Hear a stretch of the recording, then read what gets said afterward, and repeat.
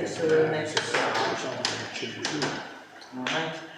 So, welcome to the members of the public who are here this evening. Welcome to Councillor Ross Dawson, who's returning as a member for Preschool.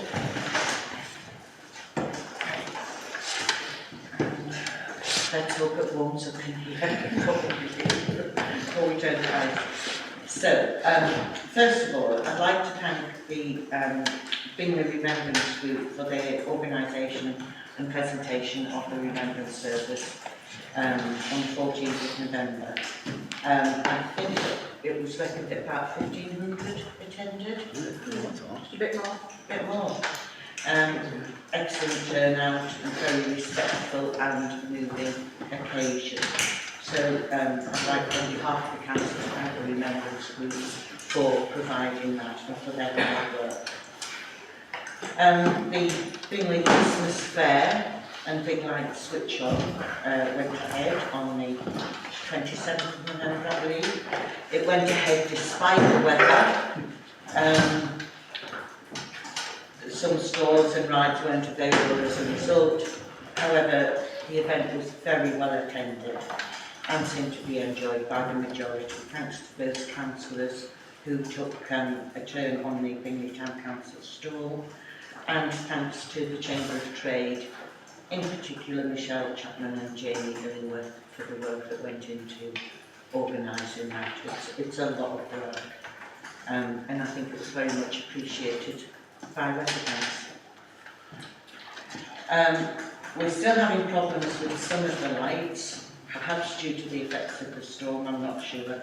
Festival lights are on hand at the switch on, and they are continuing to work to restore full service, but we're still waiting for some of them to be done. But Mark, or Councillor Christmas, as he is known, is on the case. And I'd like to thank him and John Good for the work they've done towards the lights around the town and the villages. And on behalf of Gilstead Village Society, I'd like to thank the Town Council for trees and lights on Gilstead Lane, and look forward to the rollout in the other districts in the coming years. Hopefully we'll be able to reinstate the schools lights competition next year, and that schools will be in a better position to take part than they were this year. We have a litter pick, the last one of the year, coming up this Saturday, the 7th of December, meeting at the Hub, concentrating in the town centre. All councillors are welcome to attend. As you will have seen, Hortonhausen are holding a public meeting on Thursday at Mornington Road Methodist Church. And I'll just remind councillors of our code of conduct. I know quite a few people are ready to go. When a member of the council claims to act or gives the impression of acting as a representative of the council, he or she has the following obligations. He or she shall be given such a way that a reasonable person would regard as respectable. He or she shall not act in a way which a reasonable person would regard as bullying or intimidatory. He or she shall not seek to improperly confer an advantage or disadvantage on any person.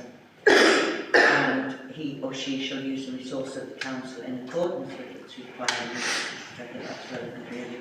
He or she shall not disclose information which is confidential or where disclosure is prohibited by law. Just, you know, a general warning if you intend to speak at that meeting. Make sure that if you're speaking as a councillor or not. And I would like to remind councillors for this meeting and all meetings of the need to show respect and courtesy in how we address and respond to other councillors. I would also remind you that meetings are now recorded and available to anybody who wants to look at them. And I'll just remind you that body language, gestures, facial expressions, etc. are clearly visible and reflect on us all. So this meeting has some difficult issues to address, and I entreat councillors to take the, to behave respectfully.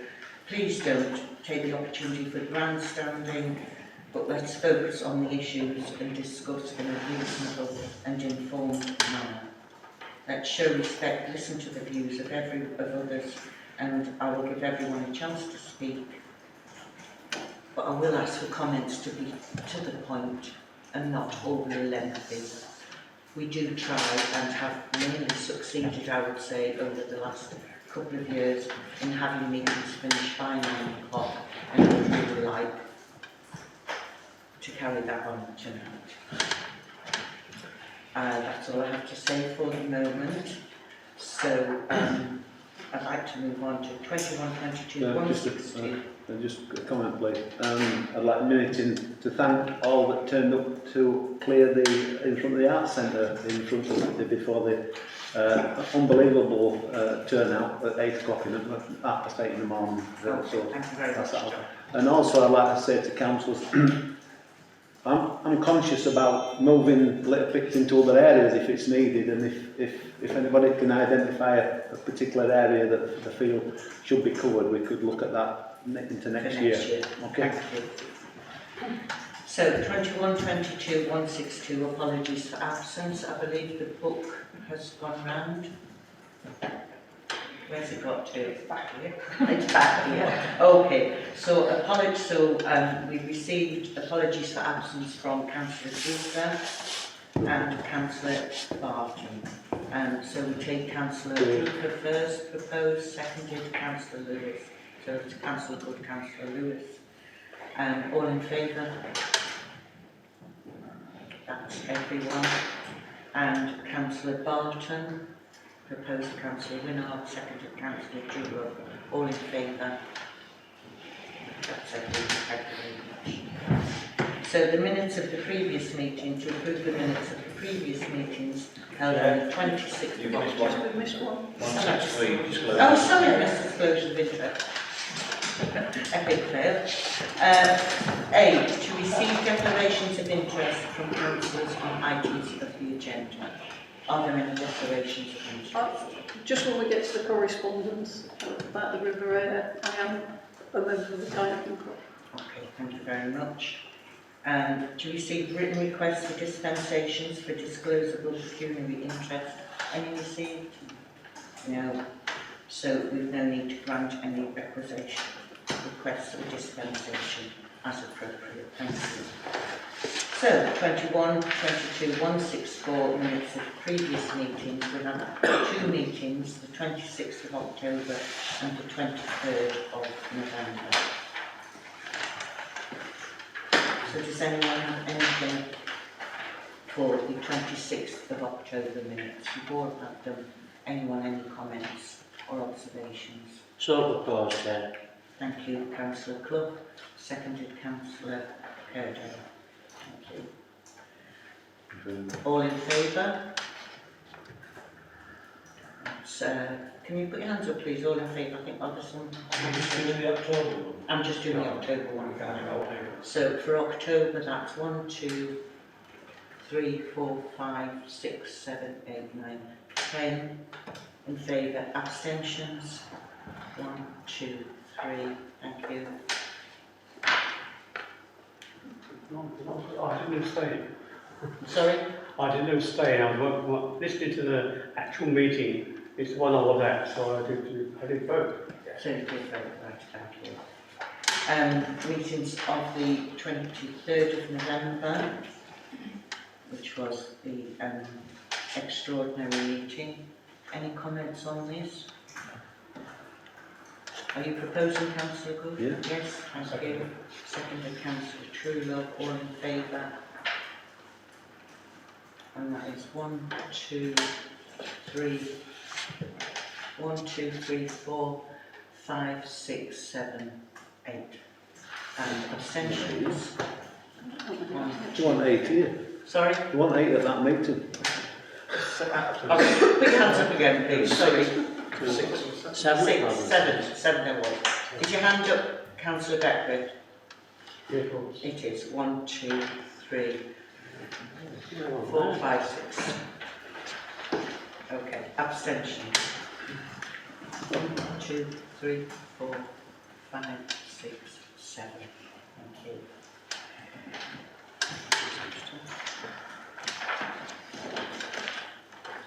So, 21-22 165, confidential items to be discussed in confidence after 182. To consider if any further items on the agenda need to be discussed in confidence after item 21-22 182, following the exclusion of the press and public due to their sensitive nature. Chair, and item 185 is a staffing matter. A staffing matter, so we'll move that. Not to stay where it is. Oh, it stays where it is. Can I ask about 21-22 170, item 1B, the tender report from the Changing Places Working Group? Yes, you can ask, Chair. I have no issues with it being discussed in open forum as long as the councillor doesn't mention the pricing or the name of the supplier. If we can all abide by those simple rules, we can discuss it in open forum, or we can move the tender report itself into the public forum, but then we have a disconnect between the all the motions that go along with the business case, and then them being disconnected from the tender report. So it's a bit of a quandary in as much as we should leave them all in the public domain if we can all keep away from the pricing. Thank you.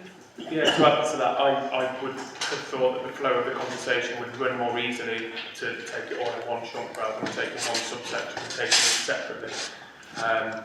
But yeah, we just need to be mindful about prices and identifying tenders. Councillor Dawson? I think if we're discussing a tender, to not discuss the amounts involved would be extremely difficult. I think the point of a tender is to discuss value for money and how much is being tendered, and that is the purpose of it. So, as much as I would say that it should be discussed in public, I think there could be a caveat: you can't mention the costs and you can't mention the tenderers. Rather, defeats the point of discussing a tender report. I can see not mentioning the names. Obviously, you don't want to identify particular companies at this stage. But how do we discuss it without discussing the costs, Councillor Williams? Haven't we got the costs I just, yeah. in the... Sorry, let me Haven't we got the ask you a costs in the question. case though? Sorry, Haven't we got I'll come to you. Alright. How can we do it? Well, you could mention column 1, column 2, column 3 and talk about the process. We can talk about the process, we can talk about the marking, we can talk about the columns. All the councillors know the prices, they've all had it in their briefing packs. You know, we know what we're getting, we know what the recommendation is. We just shouldn't say it on air. So that's the issue for me. Councillor Gibbons. Do we not have the total costs in the case anyway? The what? Total costs. Yes, They're not but in the public. they are redacted for the public. Right. Okay, may I have a show of hands, please, then on... But did Lewis have a point? Sorry, Chair. Oh, sorry, did you have it again? Yeah, it was just that the information's been out for a little while, so I would have thought that if there were any concerns around any of the pricing, that they could have been raised before the meeting rather than in it, which would then allow us to discuss as openly Well, as no, possible. the meeting is the place to raise it. Okay. Well, nonetheless, as Councillor Williams and Councillor Gibbons have said, I think there are ways around it. So, may I have So, Councillor Dawson? no, I was just going to say that I think probably you can't separate A from B. So they either have to be both Yes. confidential or not confidential. But I would say that it is contrary to try and discuss a tender report without mentioning the amounts that are being tendered. And I think people in the community have got a right to know how much money is being spent. Well, that, Excuse me, If I may reply. well, I think Councillor Williams is first. that logic seems to be a bit twisted as far as I can see, because if you put it into the private section and link them together, then the public don't get to see. Because But they're published straight after the meeting, aren't they? well, they are, but the public don't get to see the debate, they don't get to see the votes, they don't get to see any conversation whatsoever. And the whole point about the recording and posting to YouTube was about openness and just really the ability of the public to see what was going on behind closed doors. So it just seems to me bizarre to move it all into private at an opportunity. Councillor Curdle? Yeah, when the information has been available to councillors for over a week, and a certain councillor on a Friday night decides to tempt another councillor into breaking one of the rules that was stated at the start of this meeting by yourself, Chair. Hang on. May I stop you there? Because I believe you're talking about something which most councillors won't know about if you're talking about something on social media, and I don't think that should be brought up. It's relevant to the point. So, as I was saying, if one councillor is tempting another to break one of the rules that you addressed at the start of this meeting, in my mind that's at best improper. For example, asking over social media in a public forum, when the information has been issued, how much will that cost? At best, it's poor form. At worst, it's trying to incite the community against this project. And I think it's quite improper. Improper is the word that I'll use. So I think that what seems to be a further attempt of muddying the process, I think is unhelpful and is wrong for the citizens of Bingley to be subjected to. So that's my point, and that's why it's relevant. Councillor Dawson and Councillor Gibbons. So my point is not about putting this into confidential discussion. My point is that it should be held in public, but it's impossible to discuss a tender without discussing the amount that's being tendered. It's a nonsense. Anybody can understand that. And second, the other thing is that whilst you may have had the luxury, Councillor Curdale, of having over a week to look at these documents, I didn't receive them or didn't have access to them until yesterday evening. So I come at this from less than 24 hours notice. So I don't have access to them. All the information I've had until yesterday evening is that's been available to the residents of Bingley. And may I also add, your body language and your attitude towards me and yours, Councillor Williams, is not helpful. I'm making the point, I think these things should be discussed publicly and people in Bingley should know how much things cost. Right. In that case, then I think we need to take a vote on how this should be handled. So, the proposal from Councillor Williams, who has written the document, is that it should be discussing it as column 1, 2 and 3 without actually naming the costs. Or openly, Chair, Or openly. provided we make a decision. If we don't make a decision, that causes an issue. If we make a decision, no issue. Okay. And from Councillor Dawson, we wishes that the costs are mentioned. I would agree with Councillor Williams that if the motion isn't carried and then those numbers are in the public domain. Can I ask for clarification on the proposition from Councillor Dawson? Is it that the prices are discussed in public, as in the agenda? Is that what you're asking for, Councillor? I'm saying if you're going to discuss a tender report, wherever you discuss it, that conversation naturally has to include a discussion of the prices.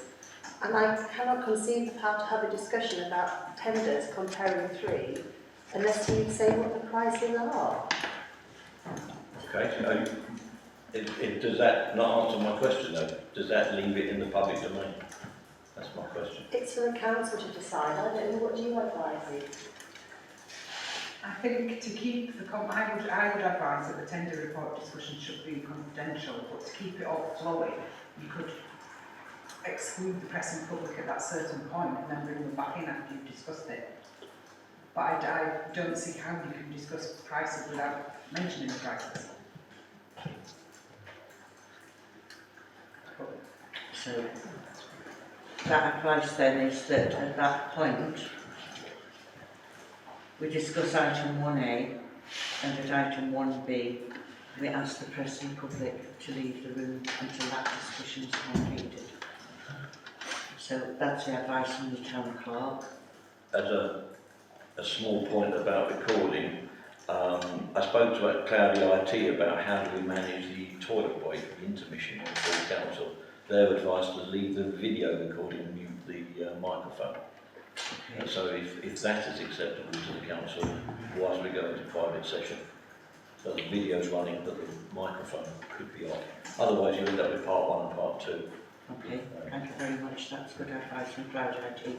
Thank you, Councillor Williams. So that is how we will proceed. And we hope that we won't throw the public out into the curb for too long. Public participation. Members of the public are reminded this is their opportunity to speak to the meeting on any topic relevant to the work of the council. However, they may not speak during the rest of the meeting unless specifically invited to do so by the chair. Could I ask if any member of the public wishes to speak at this point? I was interested. Sorry, it's is more Mrs. Sturdy? Yeah. I was interested as to, and I don't know the answer to this, and there might be a really good answer, but why can't the government know the costs? Like, it's public money, I assume, so is there a specific reason that?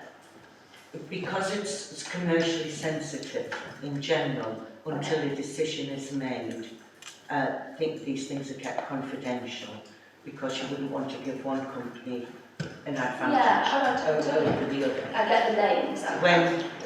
When the decision has been made, so when the minutes are published, then the cost is included. Okay. Yeah. Does that answer your question? Yeah, thank you. Any other questions or comments from members of the public? Okay, thanks very much. 21, 22, 167 ongoing items to receive information updates on the following issues and agree further action where necessary. A. Bingley Pool. Now, I was unable to attend the meeting, and I believe Councillor Good attended it. I do. Councillor. So, Councillor Carney, do you want to? Basically, we held an AGM,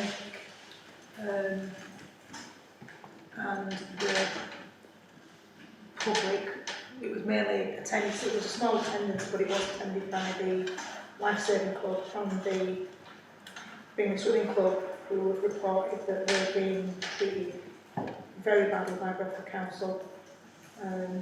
Children are being left sat on freezing cold walls in Manningham, in the swimming clothes, and all sorts of horror stories. So they want to fight to keep the pool. Most people are more for keeping it in its present form and continuing with the cap, as they don't have confidence in Bradford Council for the levelling up fund. Friends of Bingley Pool have said that they are going to do two things. They're still waiting for a response from Jason Longhurst with further details about this levelling up fund. He has postponed the meeting, I think, until this month with the chair, Andrew, and so it's been decided that I think in the new year we are going to ask Bradford Council for a breakdown of what the repairs are costing, because the gulf between the numbers they're giving us is from something like 1.2 to 4.4, which just doesn't seem to add up. So we're going to ask for that, for a breakdown of what the repairs are, what needs to be done. and what their costings are. And the second thing we are going to do is form a working group to start a campaign. And we're going to be asking Bingley Town Council to join that. We're going to be asking, so it's going to be us, Friends of Bingley Pool, Bingley Life Saving Club, Bingley Swimming Club, hopefully the Town Council come on board, district councillors, local MP, and it's just going to be and we're going to hold a group meeting and think about going forward and how we can put pressure on the council to make a decision one way or the other. So that's where we're at the moment. So until January and until we have this next meeting with Jason Wanhurst, it's still all up in the air. But we have been told that it is closed and that the closing of the gym is imminent. It was more of an open forum than anything else. But the attendance were pitiful, and they must be disappointed. I just wonder if there's that will from the people in Bingley to actually do this. I think there is, but I think we have such limited resources and we're 9 people.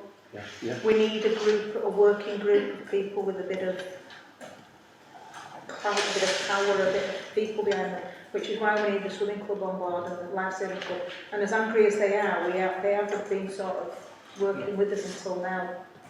They've just been trying to get on with things, which So you is see totally that as a understandable. positive? They've just been trying to keep going, which is understandable. Yeah, they're at the top of that. Where are they top? The swimming club have been forced to go to St George's Oh, College, St George's, that's it, yeah. which is where the children are sitting outside in Manningham and in wet clothes Just until the 9 o'clock at night, waiting to be picked up, because they're all allowed to change in the changing rooms.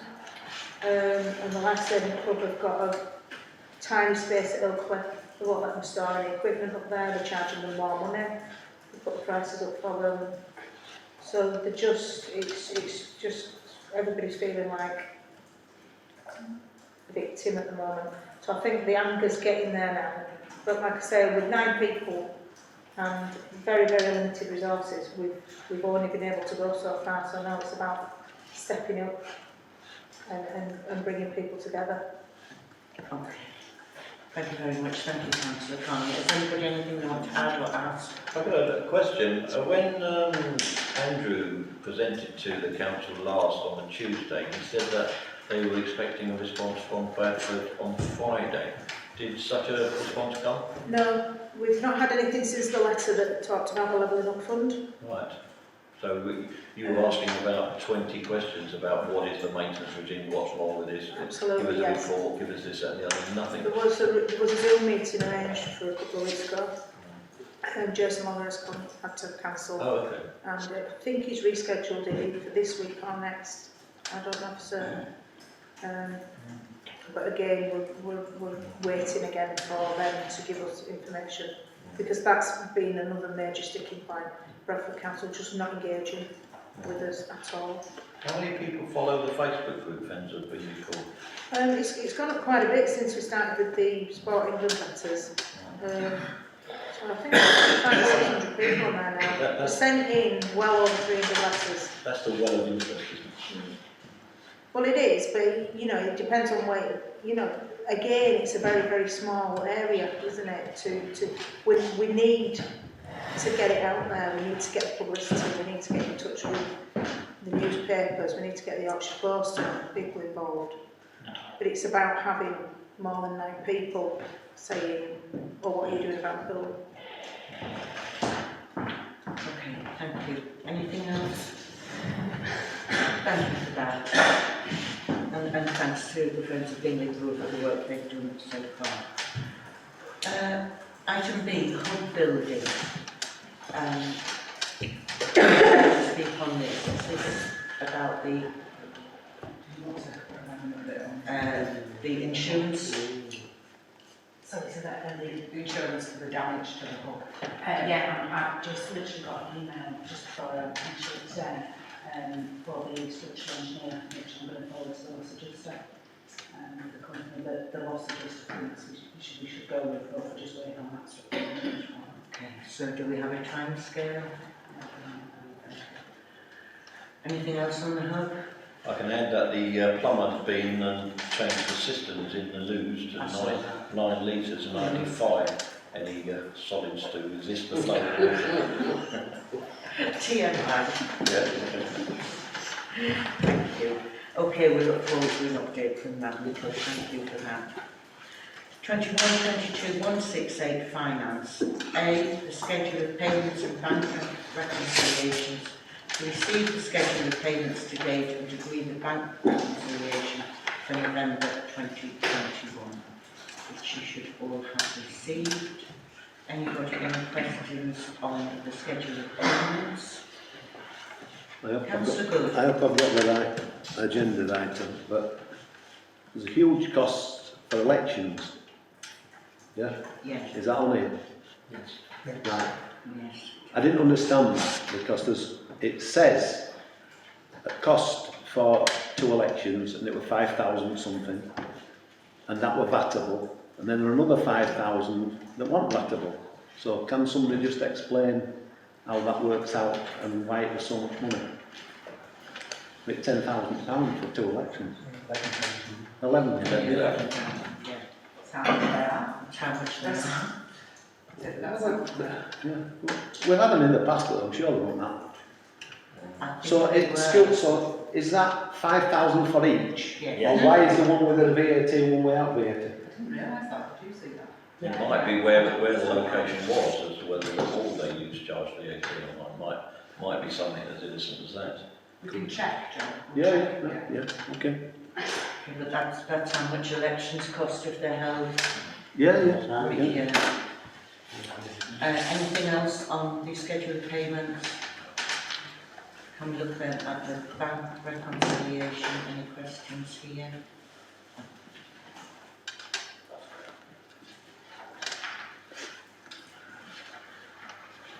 No? Everyone happy with that? Okay, thank you. So received. And can I thank both Eve and Nicola for the work they do on the finances? Not always easy. The mid-year audit, consider the mid-year audit report and to agree any actions, including to agree a further internal controls member. Don't believe that. Sorry, I can't get my documents up. Have you got a paper copy? I haven't got a paper copy, sorry now. Oh, cheers, thank you. So,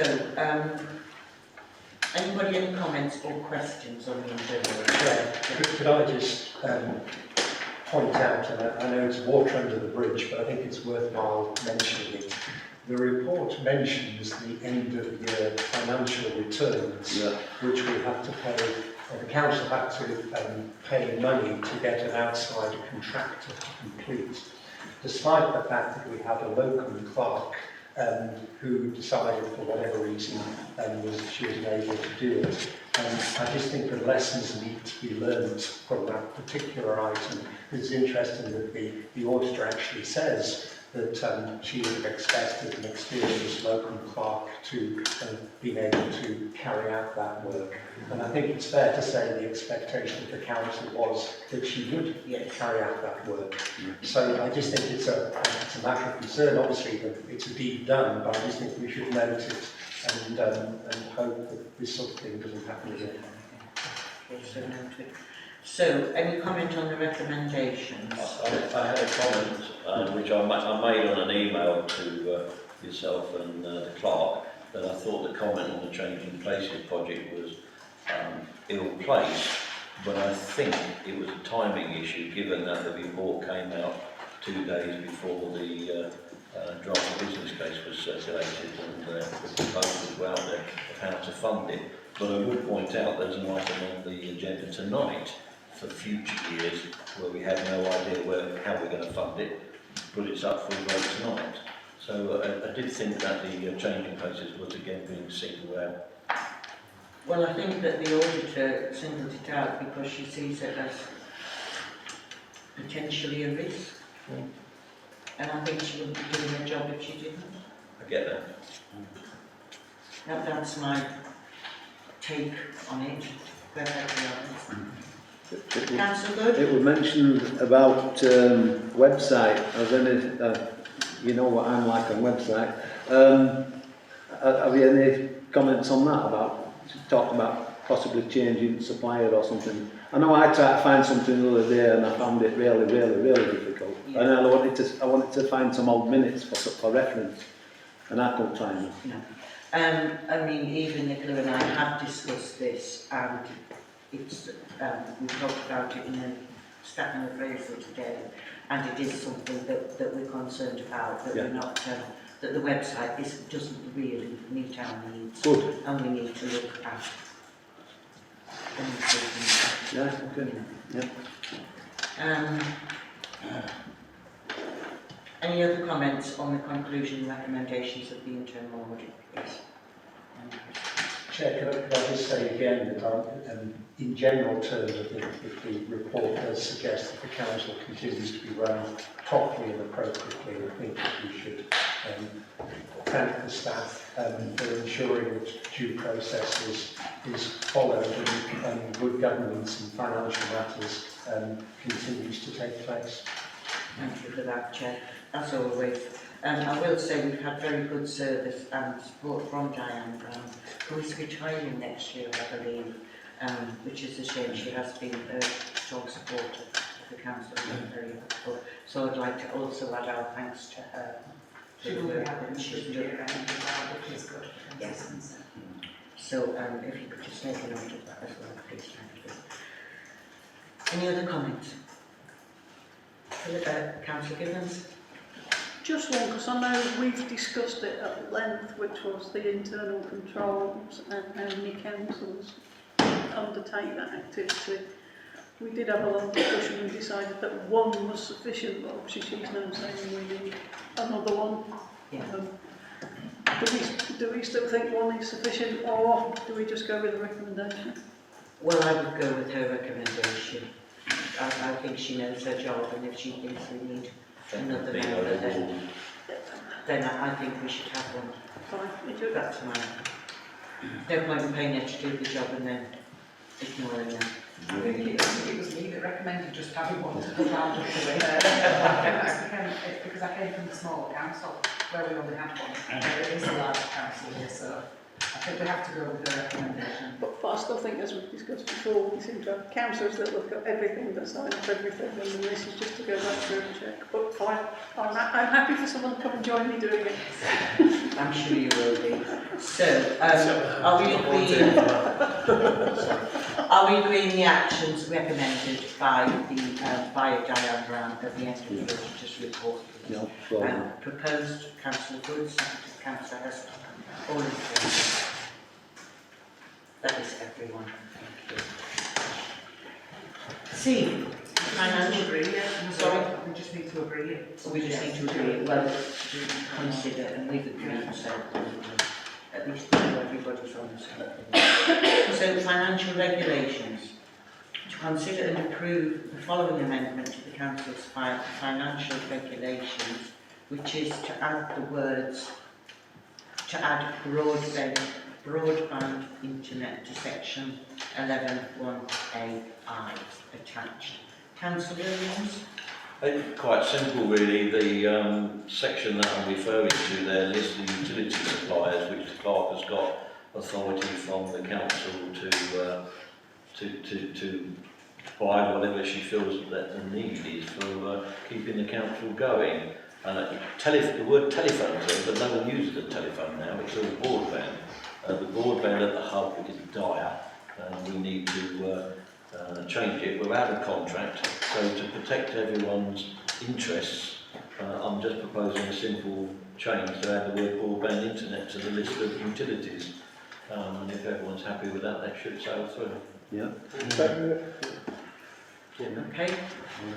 So proposed by Councillor Williams, seconded Councillor Heseltine. All in favour? And I believe we are waiting to hear from Chris. Yes. Have they been back?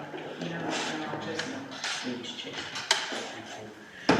21-22 169 Staffing Committee to receive recommendations and updates from the Staffing Committee, including on the following: to ratify the reviewed policies, the performance appraisal policy, the loan working policy, the training and development policy, all attached.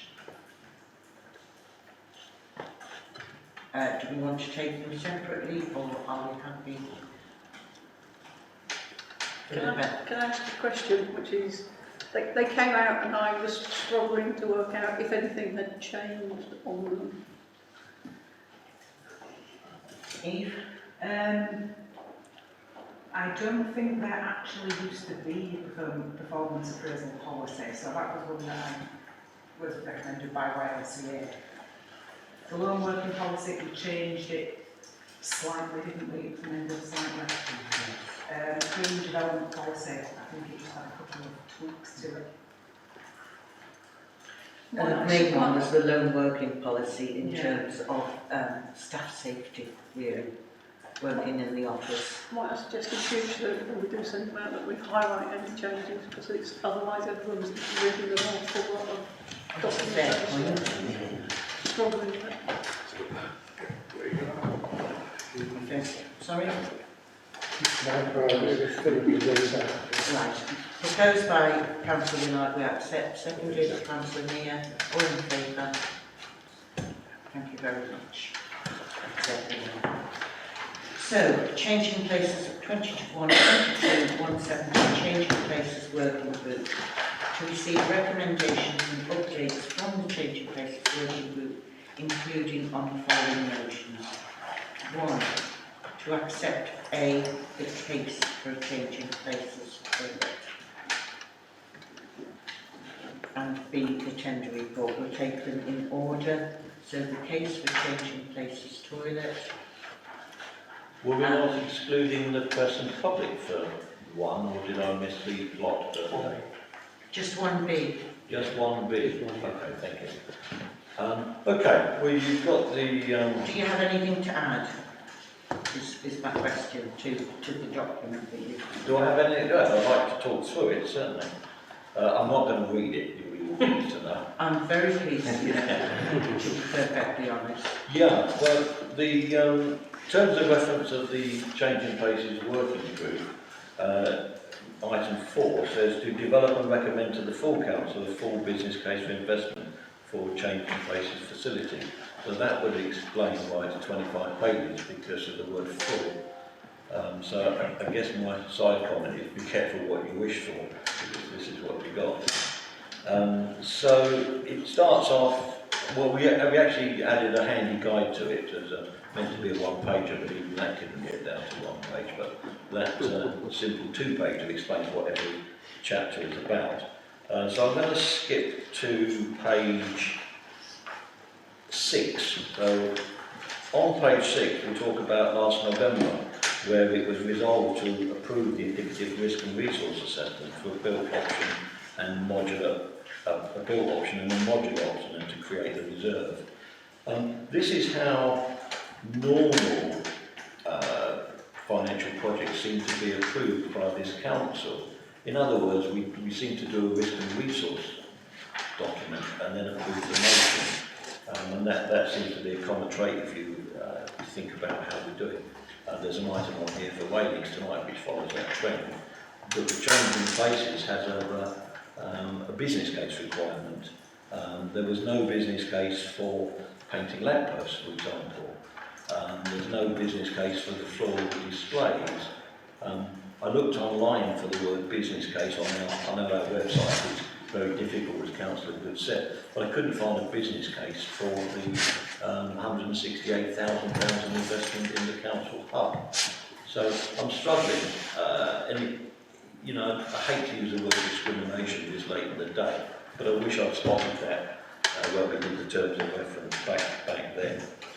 But moving on to page 7, where this council issued the response, our response to the reasonable request, where we agreed it, and we wrote to a member of the public and said, It is anticipated this group will quickly go about their task and produce more detail of the two options are set before the Council for approval regarding the provision of a change in places facility.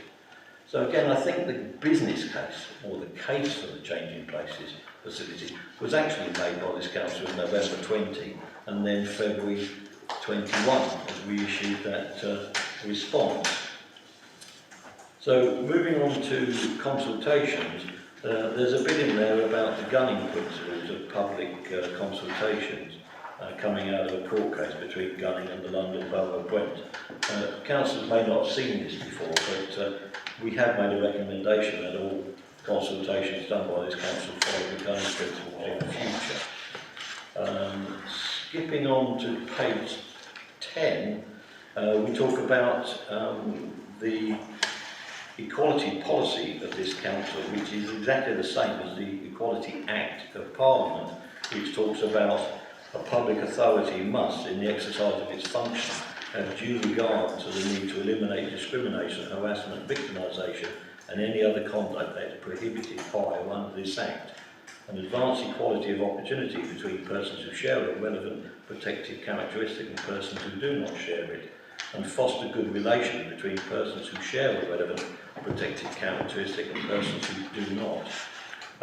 They're three simple bullet points, but there was another court case by a chap called Brown, and that resulted in the Brown principles, which are again in the business case, and again councillors may be forgiven for not seeing them before, because it was new to the working group. But it talks about decision makers must be made aware of their duty to have due regard. Due regard involves a conscious approach and state of mind, and the duty must be exercised in substance, with rigour, and with an open mind, in such a way that it influences the final decision. So, quite some strong words there on page 10. Skipping forward then, past all the costs, the risks and issues have been updated. They still remain. There are some red ones on there. What page, Steve? What page? I'm on page 15. So the risks that the working group put forward are still there, and there's an awful lot of red on page 15, 16, 17 and 18. So councillors need to be aware of the risk when we debate this tonight.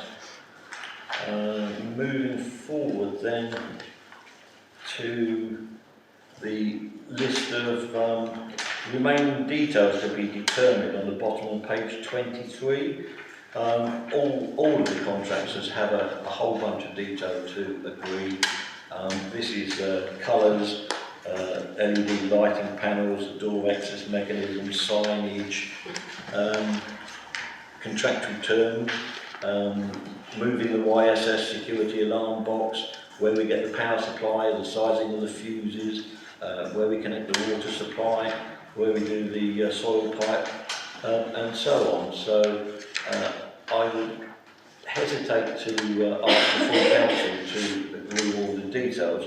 So one of the proposals is to delegate that detail to the clerk, supported by the CPWG, which as a working group can meet at a moment's notice and support. Then we've got the motions. I think the motions, as we get to agree how we fund it, I think we also need to agree to via funds. I think the clerk's nodding.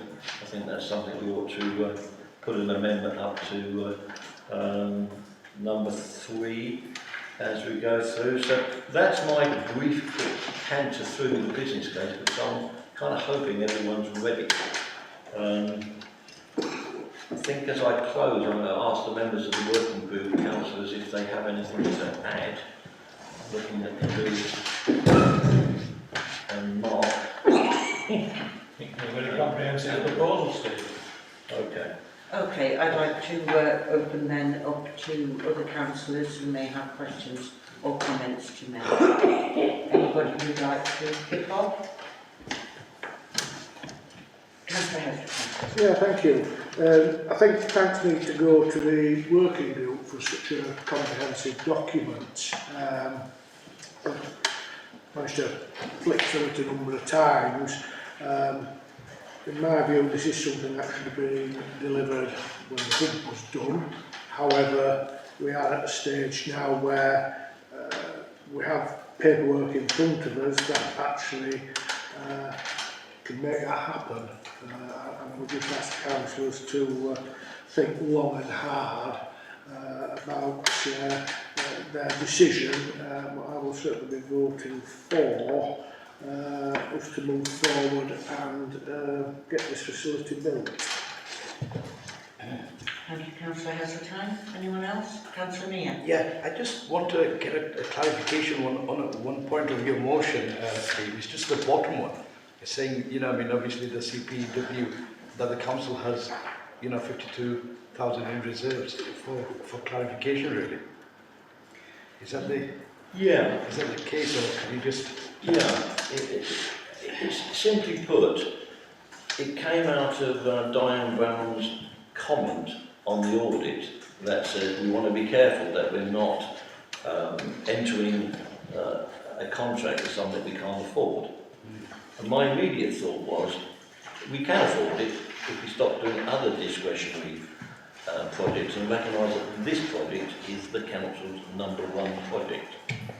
The money's there in the budget, we just have to make a decision what to do with it. So I suspect if the vote is successful, we won't get to #7.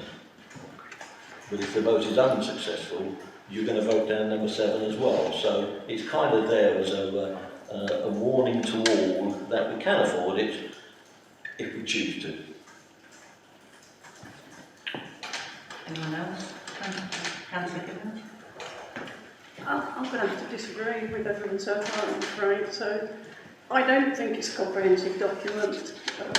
I expect it to be a comprehensive document, but for me, it's not a particularly balanced document. I expected a sort of full formal business case that put forward the pros and cons of the project, the chosen solution, in an objective and balanced way, and that would provide a full costing of it. And the full costing is completely omitted. We've got the cost for the initial build. There's absolutely nothing in the document that covers the operation and maintenance of the facility over its lifetime. So, as we sit here today, we don't know what the financial burden and liabilities of the project are that will place on the people of Bingley.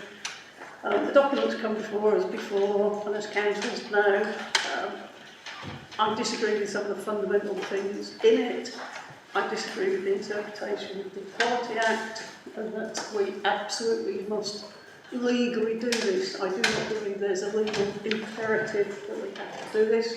There may well be a moral imperative, and we may choose to do it because it's a good thing to do, but I do not believe we absolutely have to do it, and that flows all the way through the document and the risks that this is something we must do, otherwise we'll be in court.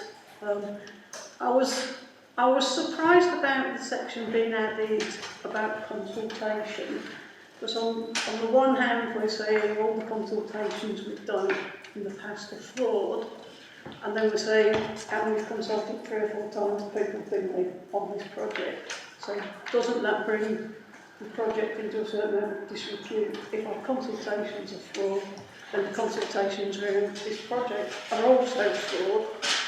So should we, once we have a fully costed solution, go back to the people of Bingley to see if they want us to actually deliver?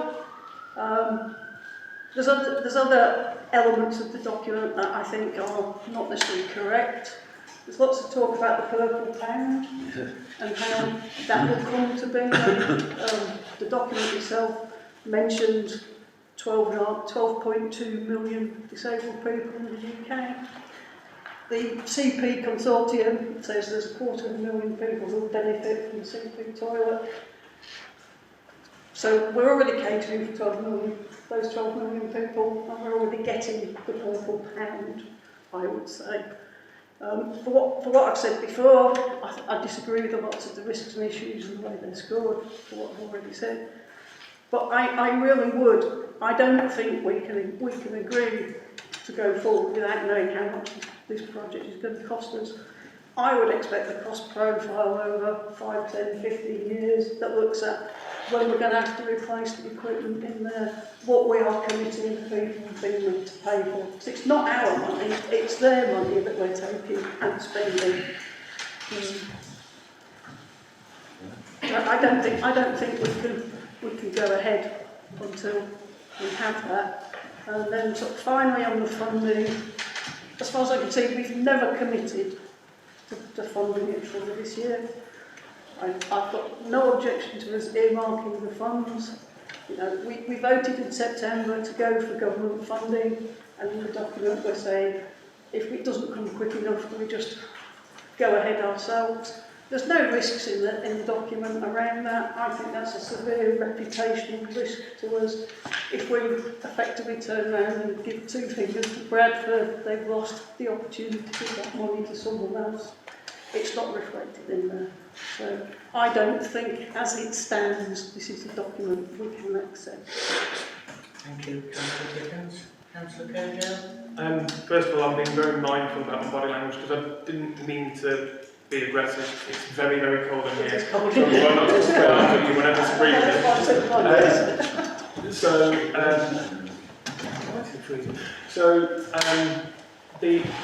There's a reason why the document doesn't read as balanced. And to me, as one of the authors, so contributors, so naturally I'm going to have a bias in saying this.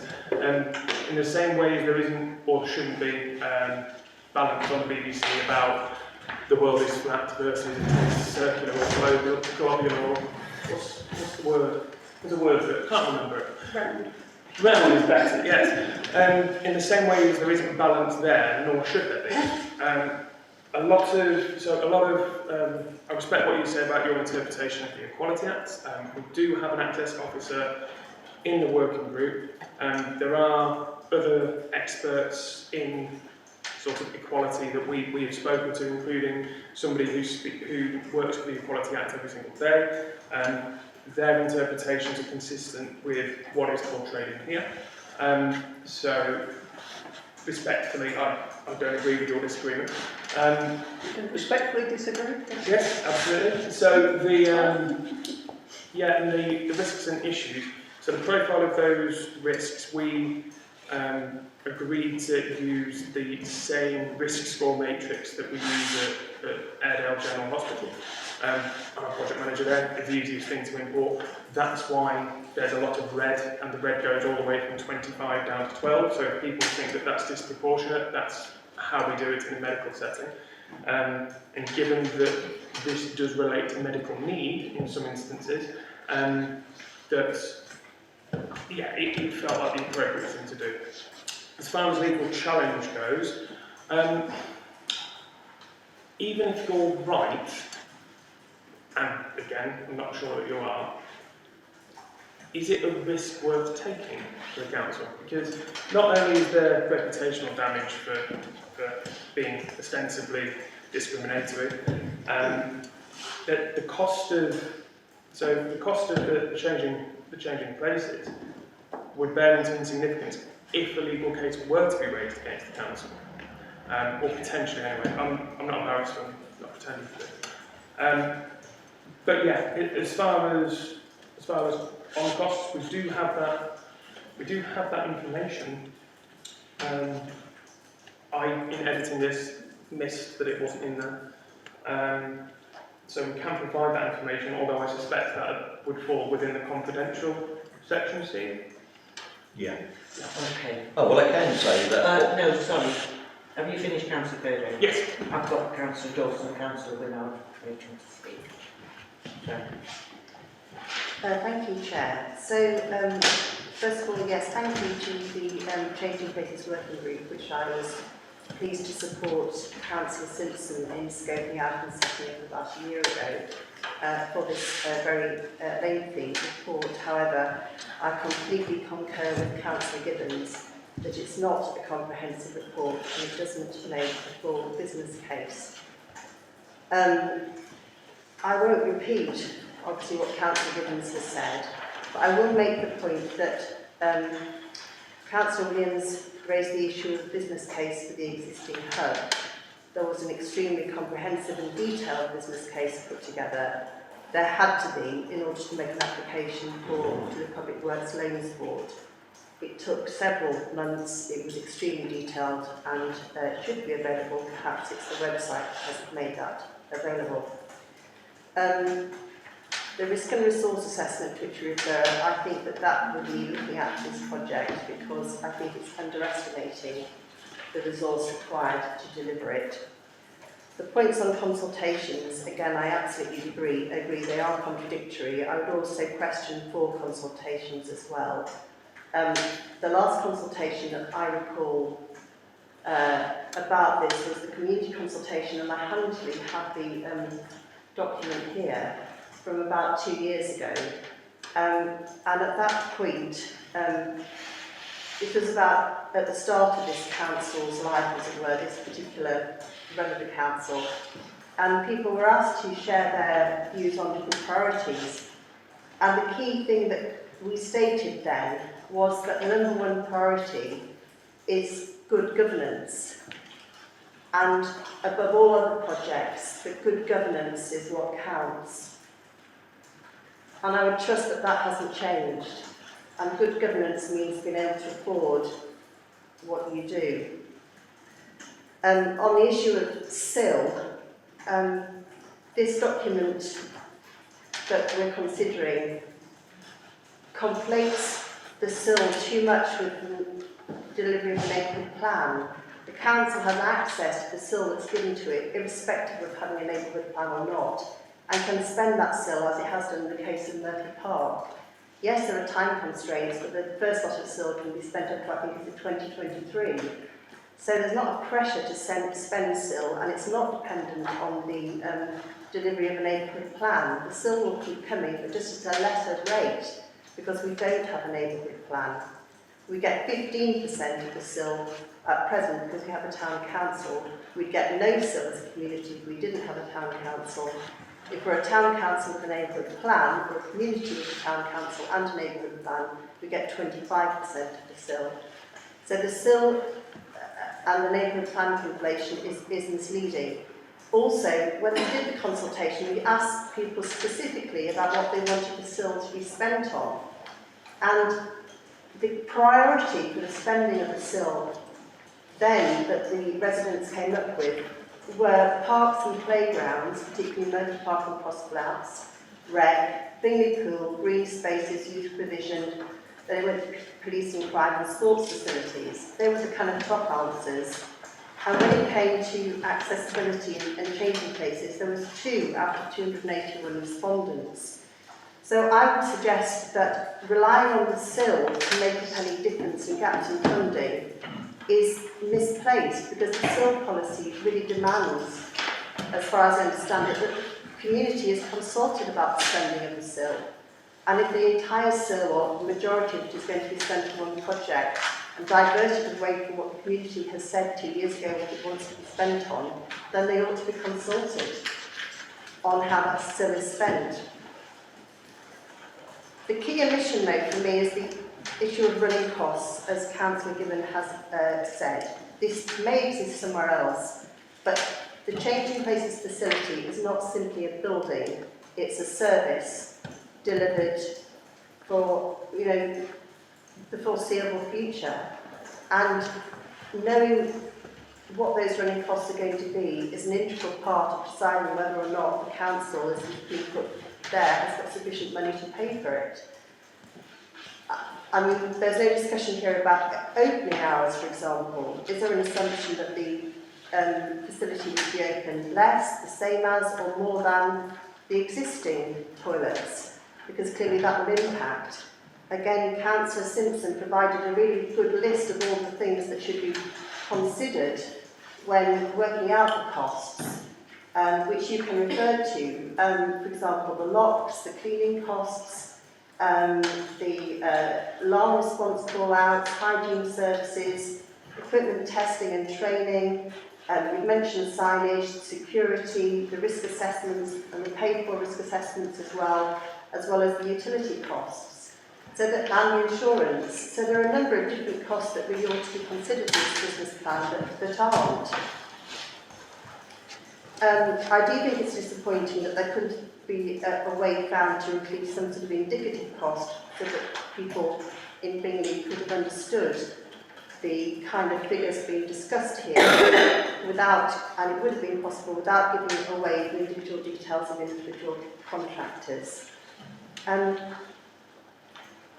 those are my points really. I think, the final thing is the reserves. What are the reserves at the moment? You know, to take it down to 6 months, if this went ahead, what would the reserves be taken to? Would we still have 6 months reserves?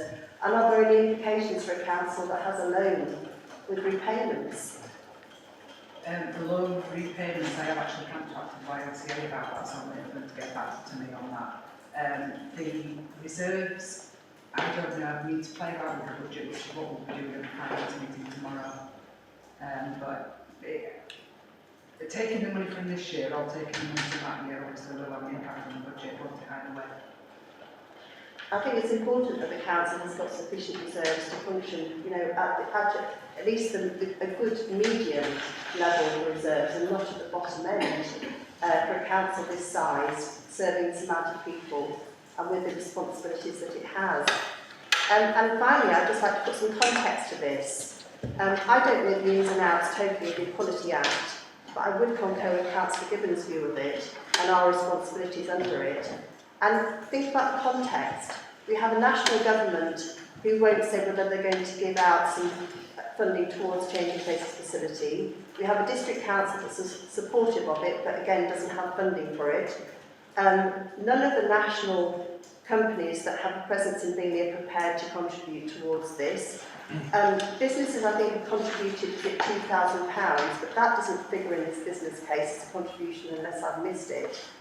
So there are a lot of people who are prepared to say what a very great thing it is, but nobody is prepared to put any money behind it. I mean, I note that there were some moves by the group to contact some trusts. I think they bought a book with lots of trusts in it. Presumably none of those trusts have been prepared to contribute to the project. So it's all coming down to this council and the people of Bingley to fund it. So I think we need to be aware of the fact that, you know, that is the context in which we're discussing this. Thank you. Thank you, Councillor Wilson. Councillor Winhard next. Thank you. My comments will be very brief. I think a lot of points have been made, and I think that there are reasonable arguments on different sides of the House. That said, this council has been talking about developing a Changing Places facility for a long time. We talk about reputational risks of the council, but if we come to a point now and we suddenly say, oh, we've changed our mind, we may not want to do it, I think that would be very, very damaging for the reputation of the council. We talk about public consultation and consultation issues, but I think we have to appreciate that sometimes councils have to do things which are right, which may not be the most populist thing to do. We have to understand that necessarily only a minority of the community are going to use these sort of facilities. So it may well not feature on the agenda of lots of members of the public. So I think we have to accept that there's a minority of people who have to use such a facility, but it may well be that it's the right thing for the council to do. I think that the Changing Places working group have done a great job in pulling stuff together. I agree that there are debates about whether there are legal musts, but clearly we have to consider these issues. But I think on the basis of being the right thing to do, on the basis of the reputation of the council, and on the basis that really we can't keep talking about the delaying, I think that it should be possible to find a way to fund this as a matter of priority.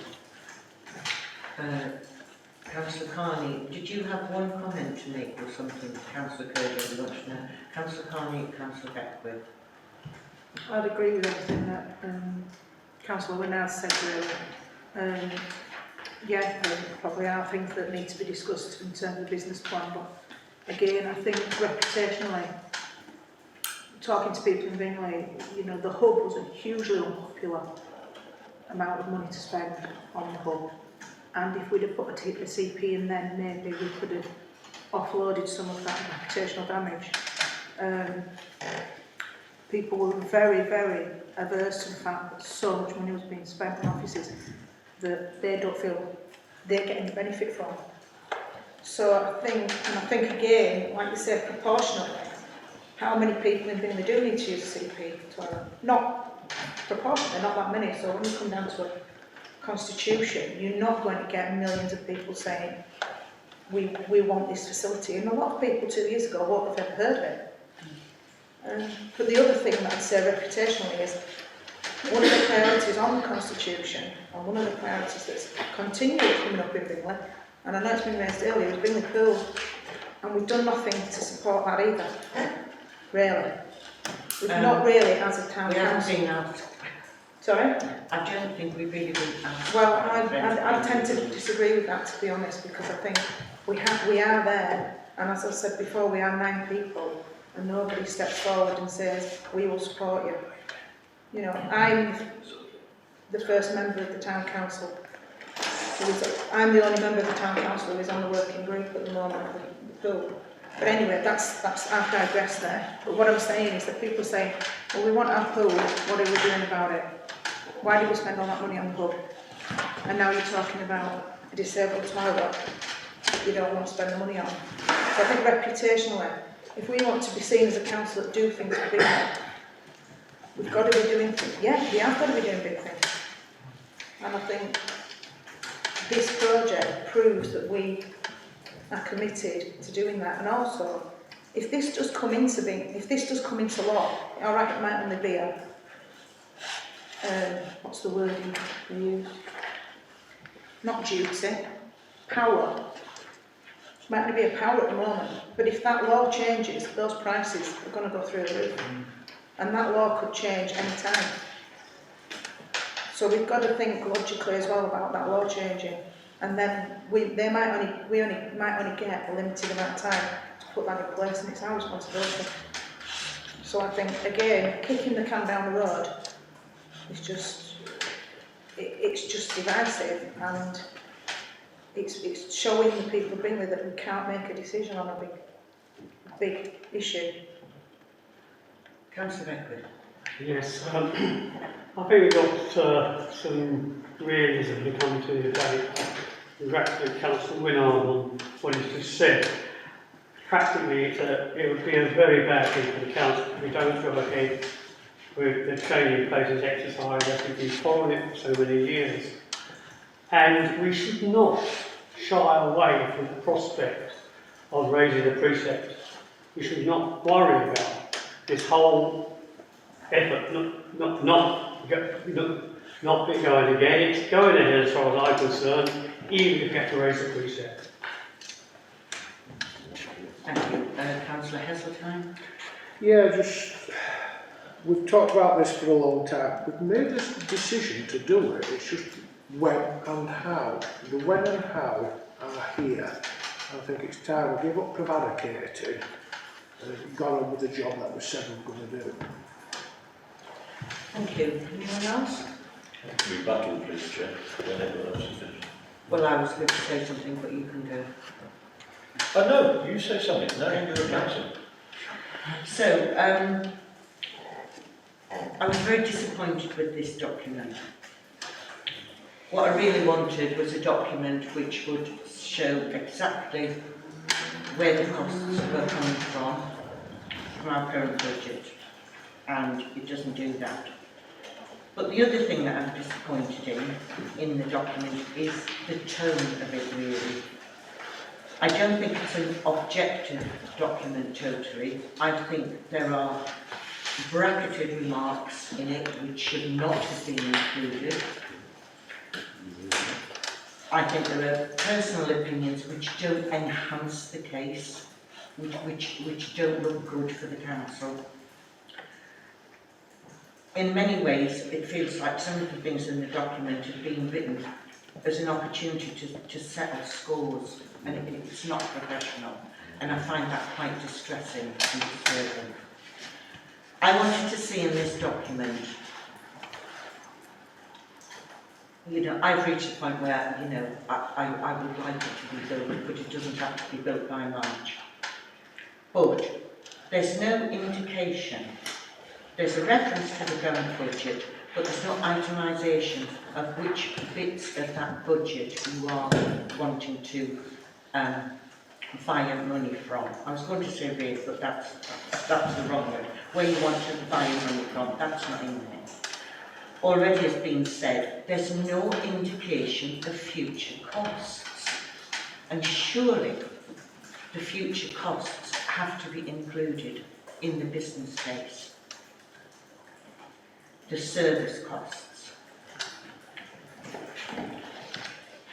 The risks are extremely high, as we've seen, there's a lot of red there, and if we're going to take the plunge, we have to be prepared. There are risks if we do it, and there are equally risks if we don't. There's no discussion of the service hours in the document, which I think is extremely important. And there's no discussion of access, and I'm quite concerned that there was originally an invitation to the manager of Market Taverns to discuss something about access. So I'm really concerned about that. I would like to know much more, because are we really talking about spending a huge sum of money and access to this facility out of hours will be via a local pub? No. Perhaps I've read that wrong, but, you know, it's a worry. So those questions haven't been answered in the document. Those are things which are not there, which should be there. And I wanted this document to be full so that we could vote on it, knowing everything that we needed to know. Where the money was coming from, what the service hours were, what the running costs were going to be, all of those things, and it's not there. We've got to remember that while this is a service which will only serve a small number of a percentage of the population, it is still a service that is there for the whole of Bingley. It's something that we're providing as a community, which I think is very, very important. But it is public money.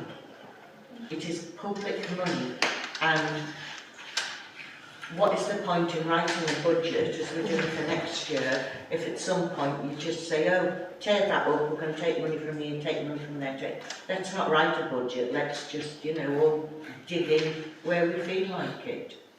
I'm really concerned about the lack of detail in this document. I think it's Steve, actually. Sorry. Councillor Williams. I do keep forgetting. Well, let's start from the top there. You were looking at me when you said you thought the business case was pointed and scoring points, etc. I would say that the business case and the tender report have been agreed by 4 councillors and 2 members of the public. That is plainly evidence. I have the emails to assure you of that.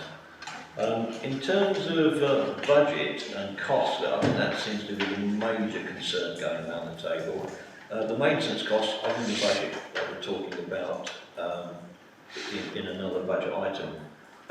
We have a CPW, we have a F&GP tomorrow night where we talk about the budget. We have an F&GP in January where we talk about the budget.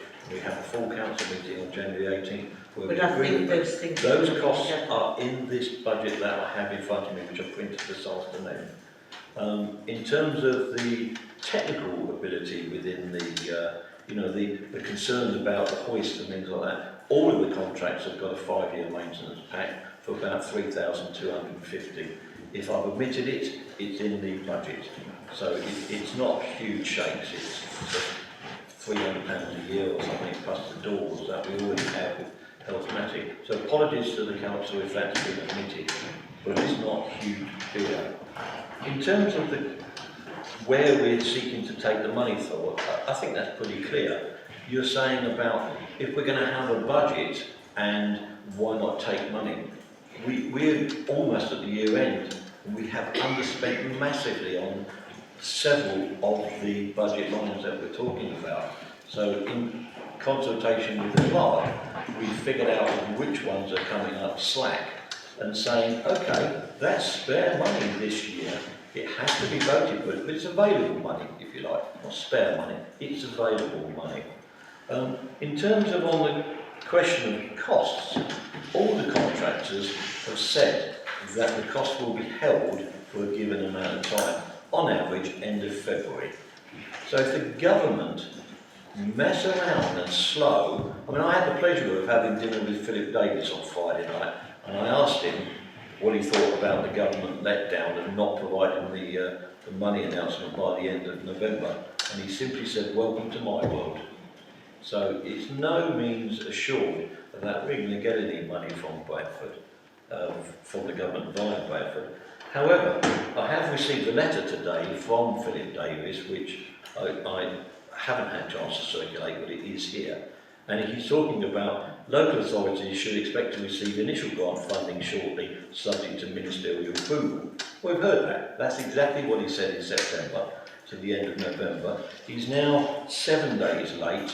The business case says we'll hold off until the very last minute when we really ought to start talking on January the 4th, which gives us the ability to deliver. So if they can't come up with November, December, at the EGM I objected strongly to the 2 months delay, but I've volunteered now another month, so 90 days delay on the original case papers. This is Neil O'Brien MP who says it is crucial that the built environment allows everyone to enjoy the benefits of lockdown easing, to accelerate the provision of these vital facilities. I mean, the minister's saying they're vital. So, in terms of, are Bingley going to provide them, we would seem to have a vital provision on their hands. In terms of costs, I've kind of lost the thread there, but what I meant to say was, if we delay beyond the end of February, all of the contractors, all 3 of them, reserve the right to put their costs up. The building trade is currently running at 14% price rise per year. So any delay beyond the end of February, you wipe away the government's 20 grand. It's irrelevant, because we'll just eat it up in extra costs. Plus the fact that we'll have to re-tender again, which is burden on this council, the burden on the CPWG, the burden on the clerk, the embarrassment of having to re-tender, as Councillor Winard says. Councillor Dawson mentioned the business case for the hub. Well, I couldn't find a business case, but I did find an application for borrowing approval, which reads like a business case, isn't titled business case, but there's no chart in there for 15 years worth of servicing costs. You know, it's just, we haven't got 15 years worth of servicing costs for the existing toilets. So I think it's a little bit spurious to start throwing out, we need to see the full cost going forward. We haven't on the hub. So that does seem to be a little bit disingenuous. In talking about priorities and decisions and consultation, I'm reading here on my iPhone a document on our website dated September 2019, which is a public consultation, an opportunity to help shape the council priorities from 2020. And it says quite clearly, a list, not exhaustive, of the main work currently being undertaken by the council is below. Lo and behold, providing a change in place facilities is listed on it in September 2019 that we are currently undertaking. Right? No such entry is on this piece of paper for painting lampposts. That this council spent £28,000 without a business case, without any nod to the purple pound or any traction to this town. 28 grand. And if we didn't spend the 28 grand, we would have the money for the CP toilet. In terms of consultation and issues of whether or not we did consultations, right, Councillor Gibbons, this says that the gunning principle says that the sufficient information to give intelligent consideration is number 2 from the court case. This says creating a new Bingley hub and re-providing public toilets. Then it says civic events, planning for emergency, then providing a change in place facility. Where was the explanation as to what a change in place facility was? So that's why we're saying that the governing principles weren't followed, because they weren't, because there isn't any information provided. Number 4 of the gunning principles says a conscientious consideration must be given to the consultation responses before a decision is made. There was another consultation where 24 people voted for painting lampposts. That's another consultation. And 23 voted for a CP toilet. And we painted lampposts based on the input of one person. Now, when you look at the disproportionate number of able-bodied people in this town to disabled-bodied people, and you look at 24 versus 23, which was the same decimal place down to 2 decimal places, that to me doesn't smack of conscientious consideration given to the consultation responses before a decision is made. Oh, by the way, we only went out to consultation on the hub after we made a decision, which is kind of predetermination, which is number 1 on the things not to do. So, forgive the CPWG for pointing out these errors. The little red book of trust funding, yes, the CPWG went through every entry for West Yorkshire in that, and unless you were a charity or a registered CIC, you hadn't got a hope in hell of getting anything. They all said it must be a registered charity. The only one that was available was the National Lottery Fund, which we wrote to and put a very, very good application in which this council agreed, and we got a letter came back which said, we think you should be funding this through your precept, so don't bother. Thank you very much. Jamie Illingworth from the Chamber of Trade wrote back to us and said, stop asking me for money, fund it through your precepts. So I think the message is clear. And my final comment is, if not now, when? Thank you. Okay. You were a councillor in 2019, weren't you? No. I thought you were elected in 2019? No. May? No. When were you elected? No, not then. I don't know, I'll let you know. I have to say that we have a project which we all agree is a great project, and it should be done. And it's been the same for several years. But you must have a business plan. If you don't have a plausible business plan with upfront costings and the running management of it, you are in trouble.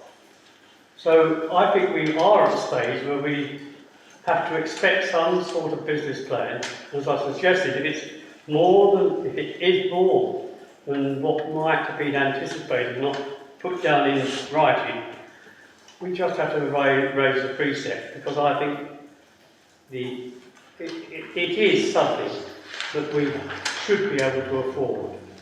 I also say that too because we are, and it's factual, this, Bingley is a prosperous, wealthy town compared to many other parts of the country. If we can't manage this, it will be a poor show. Thank you, Councillor Beckwith. I just wanted to make a brief comment, which was that the consultation in which Councillor Williams refers to the changing place facility not being adequately described, to the best of my recollection, he had a huge input in writing that consultation paper with me. So he was party to creating that consultation document back in September 2019. So if there are shortcomings in it, then I think he's also involved in creating those shortcomings. The other thing is that the gunning principles are not the same as those you met for by a neighbourhood plan consultation. I mean, it's a separate process as well. And there was, right at the start of the project, a consultation about the whole hub project.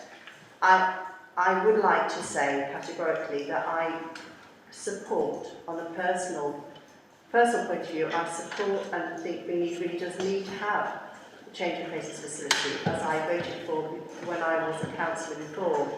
But I want to put forward an alternative motion for the council to consider. I want the council to consider voting on acknowledging that good governance is the priority of Bingley Town Council.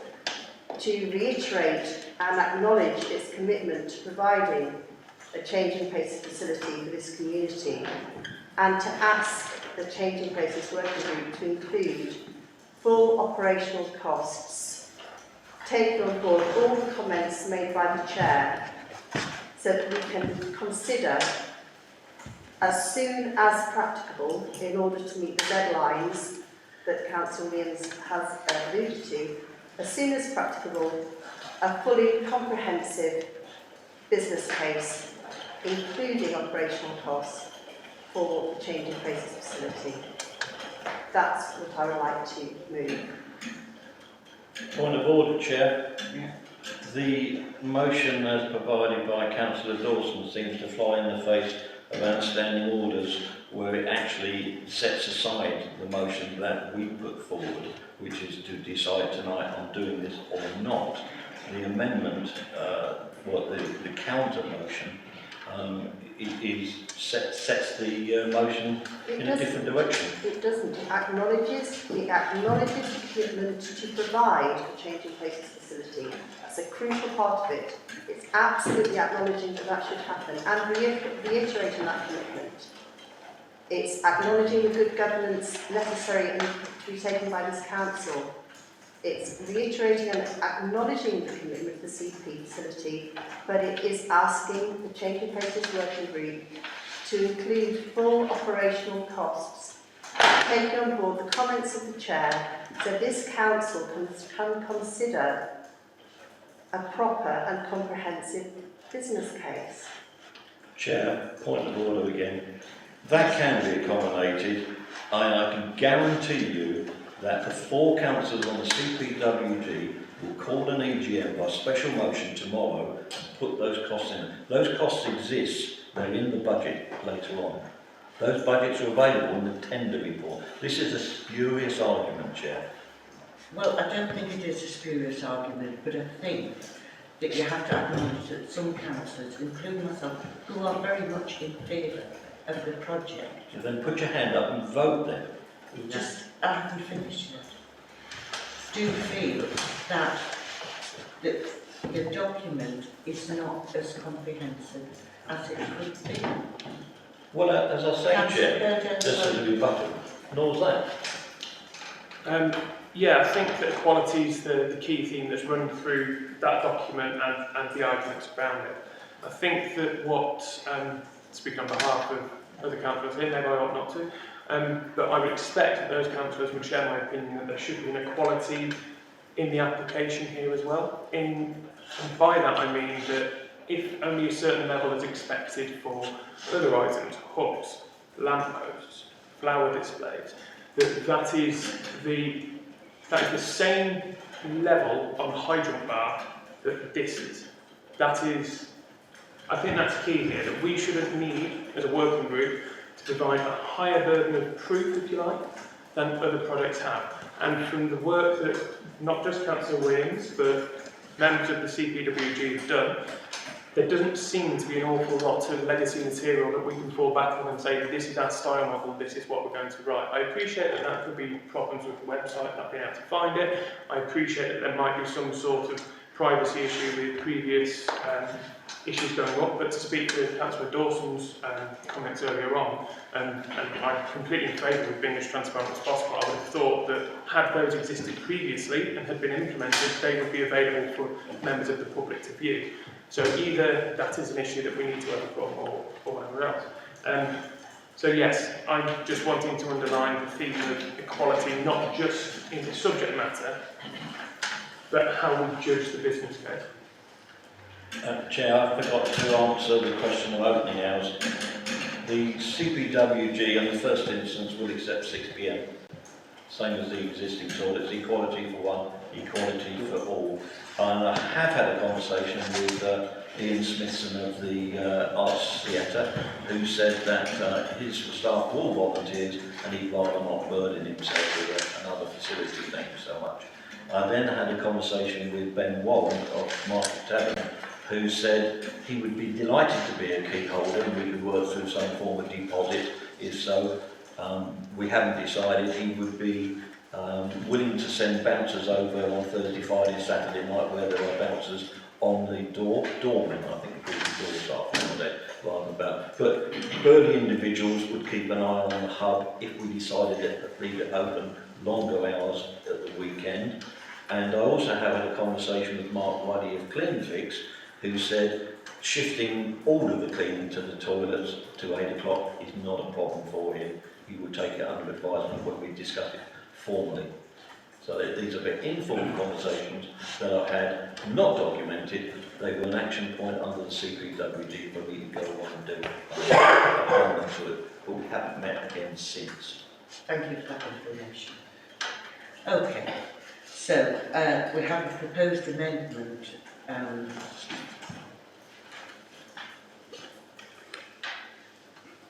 Do we have a second? Do I know what it was? Do you want to read it? To acknowledge that good governance is the overriding priority for Bingley Town Council. To reiterate and acknowledge the new Town Council's commitment to providing a changing places facility for this community. And to ask the Changing Places Working Group to include operational costs in its business plan in order to make it a comprehensive document that the Council can make a decision on.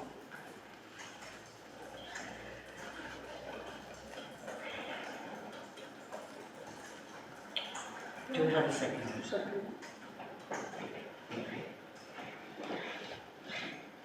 So that's the proposal, it's been seconded. All in favour of that amended motion, please raise your hands. That's 4. Against?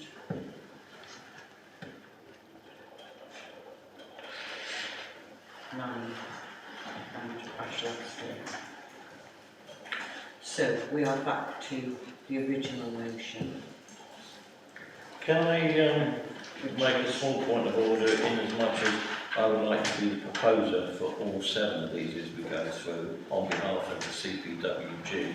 I was going to ask that. Yeah, they're all the CPWG, they're all the collective. They've actually all been agreed by the YLCA in terms of their efficacy for legal sense and the order in which they're portrayed. They are. However, I'd also like to ask for a recorded vote on all of the motions, please, Chair. My view is that we need to vote on 1A and then we need to discuss 1B in confidence before we go on to the other motions. That's fine with me. So,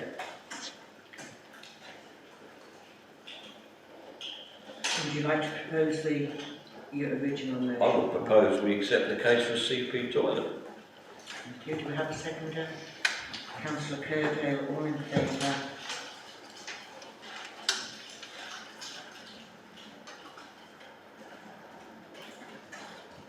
One, two, three, 4, 5, 6, 7, 8, 9, 10. Did you ask for recorded vote? Yes, please. Have you got that? Have you got the names? Just got the names as well. A recorded vote. Check the recording. So it's myself, Winard, Trullo, sorry I've not been with Beckwood, Mia, Heseltine, Club, Williams, Malik, Curdale, Carmen.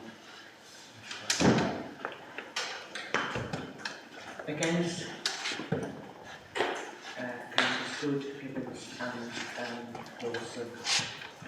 Any abstentions?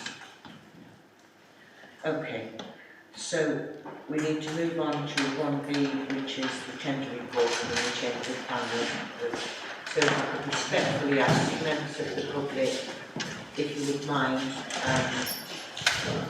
you don't have to leave if you wish to come back, but you have to stand out. Shall I kill the audio? Yes.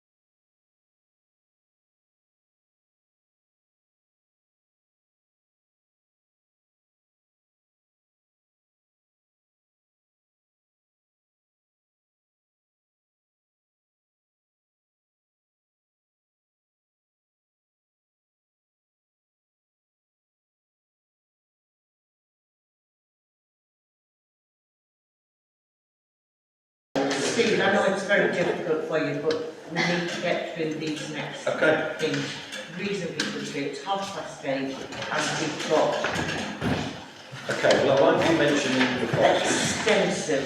I won't be mentioning the prices. So if councillors can be aware of option 1.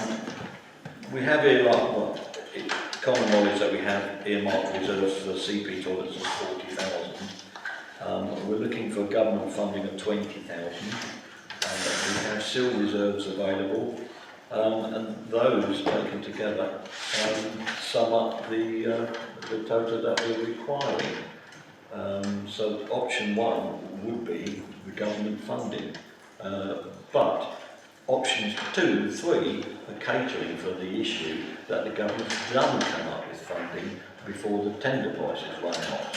So that's what I'm saying, is if we can go forward with the recommended tenderer, contractor, which I think we've agreed, tomorrow, get all the details sorted out so we're ready to go before the end of February, then we can sign up and the government can catch us up.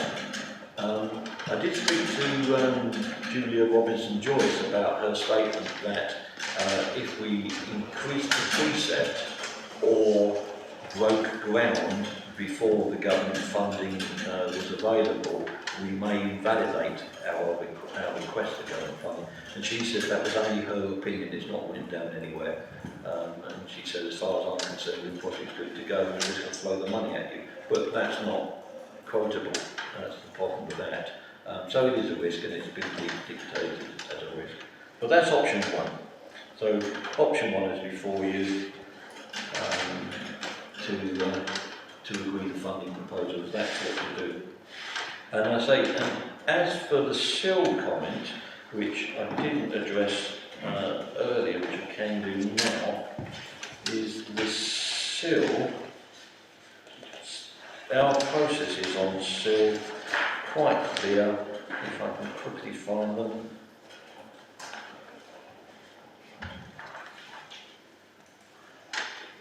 Forgive me. Actually further into the document than I thought. It's about funding. Yeah. Bingley Town Council is a policy document on spending the SIL. Extracts are as follows. Bullet point. Bingley Town Council is responsible for the disbursement of the SIL funds to local community groups and to support its own development projects as decided by the full council.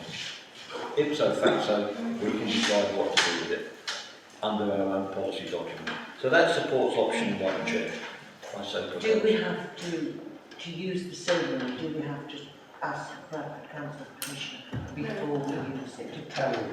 Do we have to? They have to agree that it's still a project that's covered by that. That's all. They do not. The government legislation on SIL payments is embodied within this paper, Councillor Good, and there's a link there to click on it which takes you off to the government link which says infrastructure projects is one of the things you can spend it on. SIL money can be spent on infrastructure. CP toilet is only 9. I didn't say it couldn't. I said no, we don't have to ask, it's already in the legislation. We simply have to report to the council before the end of December every year what we spend SIL, so they can put it in their report back to the government. That's the requirement. Yes, Councillor Dawson. I completely take on board the point about SIL that you've made, but the key thing is, within this policy as well, is the issue of consultation. And I go back to what people have previously said they wanted the SIL money to be spent on. And one of the priorities, the second priority, was Bingley Pool. And as Councillor Carney explained earlier, there is still a lot of uncertainty about the pool. And if all this money goes on this one project, then there will be very little left, should it be needed, for Bingley Pool. Which I think people want the council to support, as Councillor Carney has just said. And also, the issue of consultation as well is that we would expect an organisation, as it says in the policy, to carry out any project which may impact on other people in any way, the organisation must make sure they've carried out consultation with affected parties and tell the Town Council about the results of the consultation. So I think that that's the standard we would expect of other organisations. So if we are going to divert the SIL to a project that wasn't identified by the community before as having been something it wanted to spend the SIL on, then the very least we could do is consult them about this change of direction so that they're aware that the money may not be available for Bingley Pool if it's required. It won't be available for the other priorities that they listed back then. And at least allow them to have a say on the matter before we decide it without any consultation. Councillor Curdo and then Councillor Gibbon. I respect Councillor Dawson's comment about consultation, but given this has been around the tree quite a few times, it seems a little like further prevarication, which I don't think anybody would welcome. The comments on the board are also valid, but there's the question of proportionality.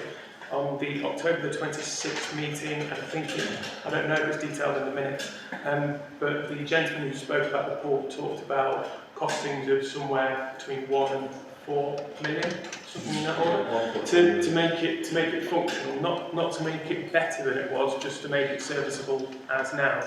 And although I fully support Bingley Pool staying open, the sums of money involved here are of a completely different order of magnitude as to be able to support the pool as much as I'm sure a lot of us would like. I appreciate that X amount of £1,000 not going to the pool might ruffle some feathers, but at the same time it won't make a material impact on the future of the pool, unfortunately. Councillor Gibbons. I'm aware it's not listed here as an option, but if we have this discussion around the SIL and there's some concern around what we're doing with it, can we not mash options 1 and 3 together? If we have underspend on the current year's budgets that covers off that SIL contribution, why aren't we putting that Agreed. and spending? Agreed. I would counter that with two thoughts. One, I agree with that. If we've got current spare money, option 3 talks about taking from the neighbourhood plan. There's £10,000 in that, and we're going to talk about later that you're going to unlikely to spend any of that this year, not a penny. So I've said 5. Let's have 10. So I agree with you. I also would ask the clerk, have we had any money from the McCarthy and Stone SIL payment yet for the Cattle Market project? Because as Councillor Dawson said, SIL money keeps rolling in. You know, that's huge. We are getting some SIL money this year, but we haven't had any yet. We've had 1,500 a couple of weeks ago. Sorry, Councillor Gibbons. Yeah, just on the McCarthy and Stone, it's not yet occupied and still usually kicks in when it's Some of it occupied. is good. Is it? I've seen lights seen lights There's a upstairs. show. No, upstairs. No, Oh, right. I know. I saw them upstairs last night. I will stand corrected, but I think we need to find out from BMDC what we might expect out of that development. Well, could we pass our district councillors with that, please? Councillor Dawson. So just to correct the record, I did not say the SIL money keeps rolling in at all. That was not what I said. And also, in terms of supporting Bingley Pool, the costs which Bradford Council have put forward are obviously astronomical. But in the past, Bingley Town Council has supported the Friends of Bingley Pool by providing money for a consultant and a survey of the pool. And the amount of money in the SIL might be the kind of money that could be used for those kind of supporting exercises to enable the community to scope out different options for the pool, even if it can't raise all the sums, to actually cover whatever the cost might be. So I think the SIL reserves, like I say, I'm not saying they cannot be used for this project, I'm simply saying that they the community should be properly consulted about how those sill reserves are used, if the priority is going to change from what was indicated by people before. Councillor Williams. I go back to the consultations that the last consultation we did was neighbourhood plan. Painting the lamppost slipped into that one. They got one more vote. I wish you'd stop going on been about done. lampposts. No, Chair. So The the number one project was done. That is the painting of the lamppost. Therefore, ipso facto, the next number one project is the next one on the list, which is changing places. Right, can I just say Doesn't something need to about go the back. lampposts, because I'm sick of hearing about it. You were a member of the council. It was a properly voted on project that was agreed. I have heard plenty of positive comments and compliments on the improvements to the look of the town centre since it was done. Many people have said to me that they believe it was worth doing and it's an improvement. Just because you don't agree with that doesn't mean you're right. I didn't Okay? I didn't say no. Enough about I'm John really Wood, saying you have it's something to done. say. I think we've spent about an hour or so talking about this, and at the end of the day, the money's there in whatever shape or form, whether it comes from this, that or the other. Can't we come to some agreement? We've agreed it's going forward. Can't we come to some agreement? Can we delegate to the clerk? It's that the funds can be. It's a matter of fair Peter to fair Paul, whatever you call it. Yeah. If it either goes in the next year's budget, if it isn't spent this year, it can be used, etc., etc. That's what I'm saying is. It just seems to be going round in circles, and it's a waste of time. We just want to vote on it. How we going to actually fund it? To be honest, I was going to say exactly what John was saying, because at the end of the day, if there's an underspend this year, why don't we just spend that, whatever amount of sale, if we need any, we can look into that. But I want this to come to full, at least FGP, if not full council. I want to know where the money's coming from. Yeah. I don't want, just whatever we want to spend. We're not saying it, we'll look That into is it. not good governance. No, obviously I'm going to go through the finance. You can't have good. Councillor Hazard. I'm just going to agree with Councillor Good over there that we should make judicious use of our funds to fund what we've just agreed to fund. And if that has to be reported to FGP, fine, but I think we actually need to move on with this because we are still going down the train bush. Okay. So, we had a proposal from Councillor Gibbons, which was that we remove the sill reserves from option 1 and replace with the 2 elements of current budget headings from option 3. Thank you. Did you Where's get that that? one? Sorry, two Replace elements. with Effectively, if you look at option 3, there's regeneration, tourism money and neighbourhood plan money. Yeah. That we use those underspends to replace the sill contribution in option In option 1.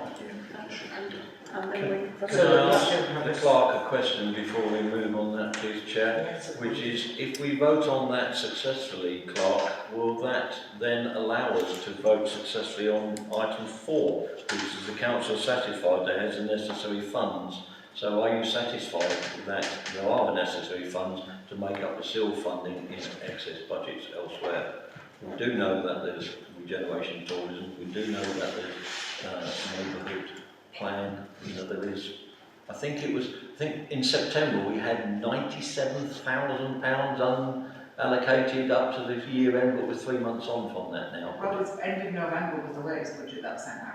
Yeah, Last but week. that shows, Harold's got in front of him. yeah, that shows big underspend, doesn't it? But whatever you spend, obviously won't be able to be spent next year. So Yeah, I get that, I get that. you're agreeing to spend it.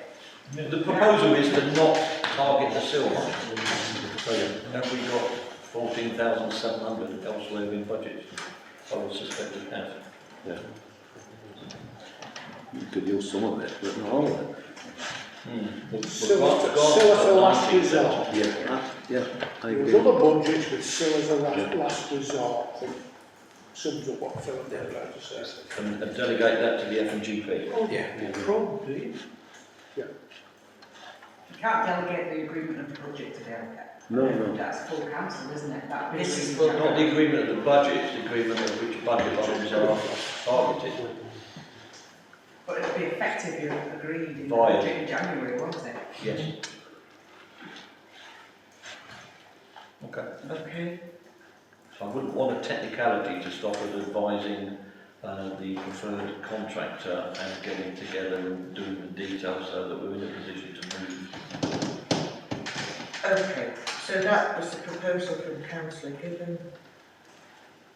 That's option 1, is it not? Do we have a second on that? Councillor Mear, all in favour? Yeah, I'm torn. Okay, that's it, thank you. 3, to agree that if funding proposal option 1 fails to materialise due to the non-delivery of government funding by the end of December 2021, the project will be funded as per option 2 and option 3, and to agree which option is to be applied.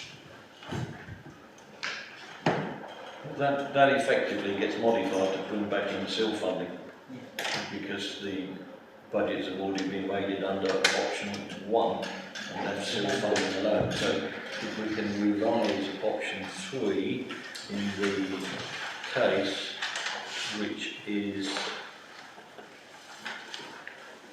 earmarked reserves, but effectively option 3 remains the same. If option 1 fails. So option 3 stays the same, Chair.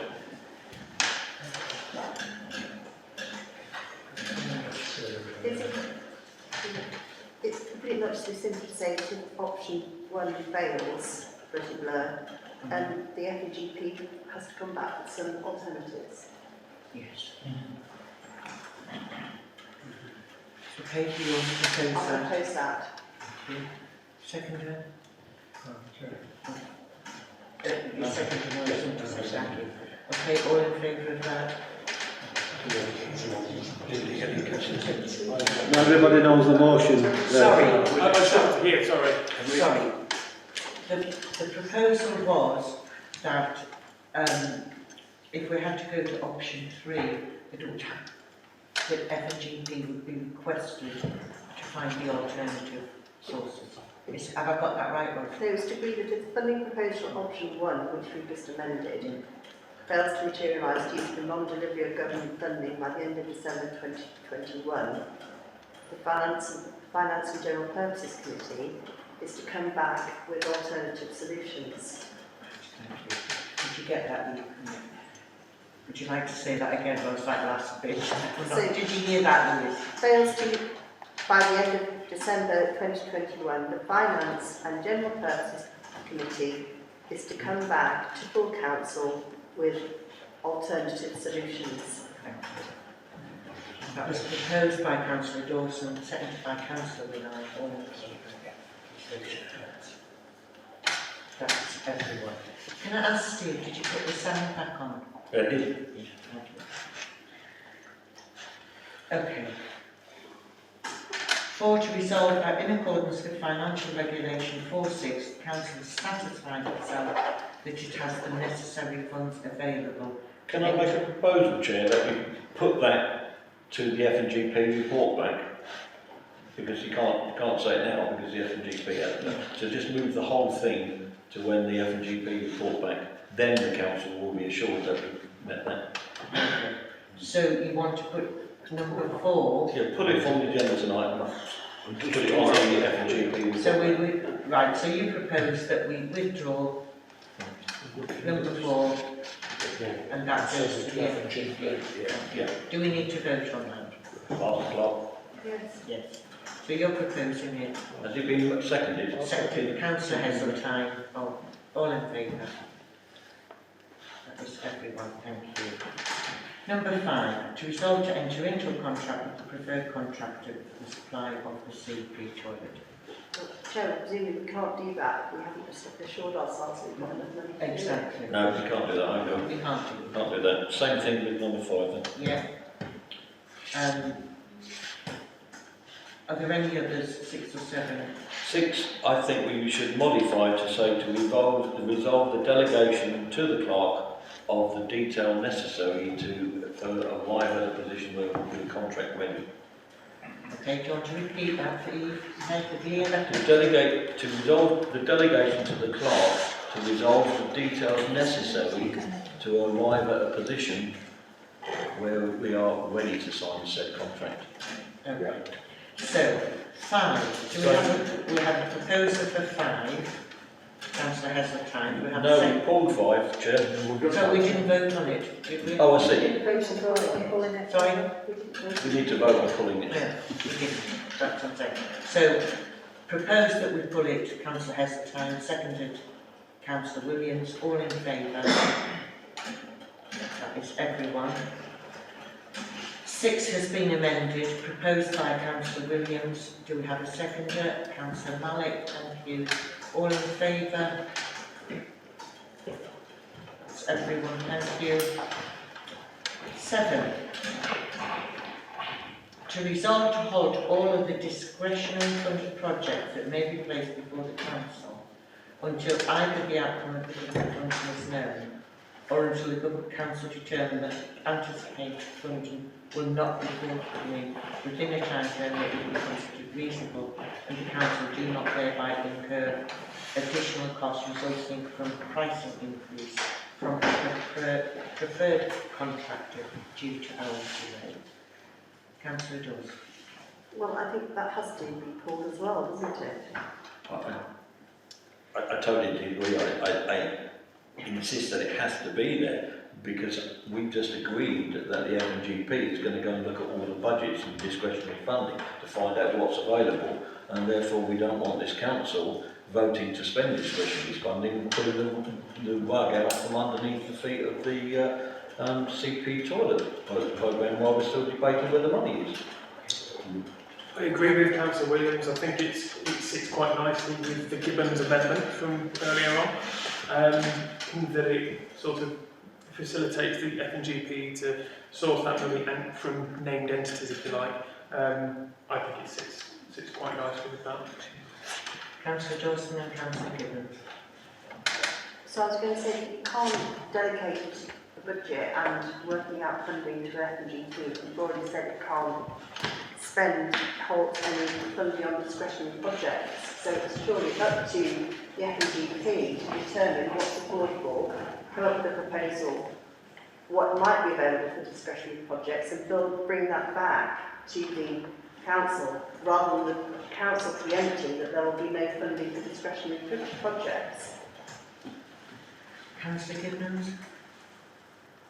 I think this needs to be amended. I don't think we can hold projects that are in progress, No. whether they're discretionary funded or not. What we can do is agree not to spend any more money on I thought that's what it meant. things. That's what it says. But that's not really what it... I thought that's what it I thought that's what it meant. I don't think that that's clear. Okay, well, if that's an amendment Yeah, when to all the starting of any, Yeah. Yeah. the commencement of any. Yeah, that's it. Yeah. Or is any new? Yeah. Or any new. I think it's the wording in. Any of those amendments would be satisfactory to the working group, I think. It's just what I was saying, you know, if you go to Benidorm on holiday and come back and can't afford to feed the children, you shouldn't have gone to Benidorm. So that's the analogy that works. That is... And that's the analogy that works, Chair. We've got a decision to make and we've got a priority to... I don't know. I think sometimes your analogies aren't great. Okay, so we have a proposal to resolve to hold new discretionary funded projects that may be placed before the council. Thank you. Thirdale, seconded Councillor Good, all in favour. That is one abstention. Councillor Johnson. Are you abstaining? And I'm against it. Against. Okay. Yes,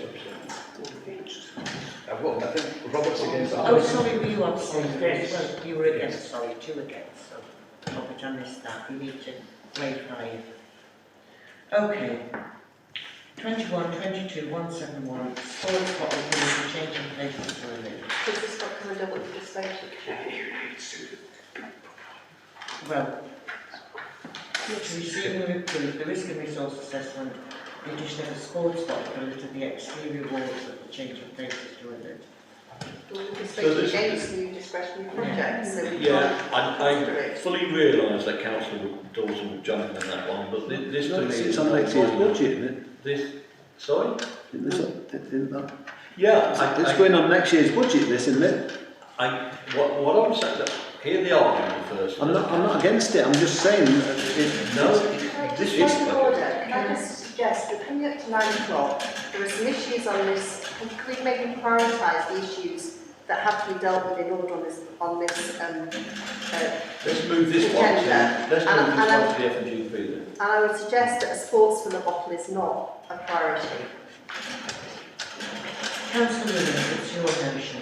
Let's move it to the same discussion and agree. The point is, if we do it at day 1, it saves a lot of money Yeah. adding it later. yeah, I don't disagree with that. So let's do it in January when we discuss the whole concept. No. But decide on it, we should. Thank you. Okay. So, do we need to vote on that? Not, Or you just not happy to being, be- not being proposed or seconded yet. So we can just move? Yeah. I'll put it. Okay, so what we have left is F&GP work, looking at the draft budget, R&R form for next year, members of committees and working groups, green and clean, 5 eyes marking, clean the park, allotments, newsletter, town park report, correspondence, and on to promotional items, neighbourhood plan, markets, approval of programs. Chair. The risk and resource that I've put forward there, does that have to be approved in full council? Because that's a risk and resource, and we're saying we're delaying that and putting it It's for next second. year, isn't it? Yeah. So I'm happy to withdraw that for the time being. But the only reason I brought it up now and sent you all that report, was that I was hoping to get support for it for next year's budget, but if it can be discussed in F&GP, I'm happy to do that. Thank you. Members of working groups, we could ask where you can see that there's a vacancy. I'll ask you to send that note round and ask you to volunteer, please. Councillor Dawson? Sorry, the amended priority list, where is that being considered? We're doing draft budget 2020. Well, we're going to do that one now. Is that where we are then? Yes. Okay. I'm just going through to see if there are things that we can move Oh, okay, sorry. or do by other means. Is that all right? Yes, sorry. Green and clean. Can we leave that, Yeah, John? And yeah. that could be done via email. 5 rides waymarking. Can be done by email. Okay, thank you. Play in the park. Rachel isn't here, but we can put that on for discussions next year. She has done the R&R. Allotment issues. Nothing to report at the moment, really. Newsletter, I can do most of that by email. You will be getting emails from me asking you to write stuff. The town clerk's report, we can look at. Correspondence, we can get through very quickly, I should think. Neighbourhood plan working group, we need to discuss that, yes. Markets, you've already had that report. Unless anybody has any disagreements, I think that the market agreement, the Dotley Town Partnership can go ahead. Yeah. The people who can agree to approval of the pay rise, we could do in confidential. So are we happy to proceed in that way to get the meeting finished? Yeah? Yeah. Thank you very much. So, item 21, 22, 172, Finance and General Purposes Committee to receive an update and recommendations from the FNGP, including the draft budget 2022-23, draft budget and amended priorities to follow prior to the meeting. And then John has very kindly agreed to have his motion moved to a different meeting, to a further meeting.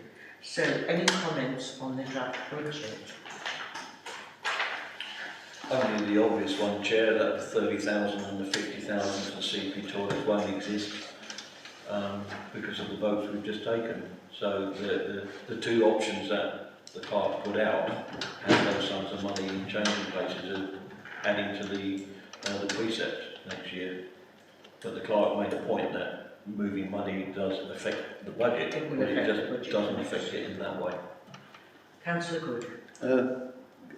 I don't think this needs a lot more discussion because we're going to go tomorrow night. We're going to discuss it all again, and so can we not just call that a draw on this one for tonight and move forward, please?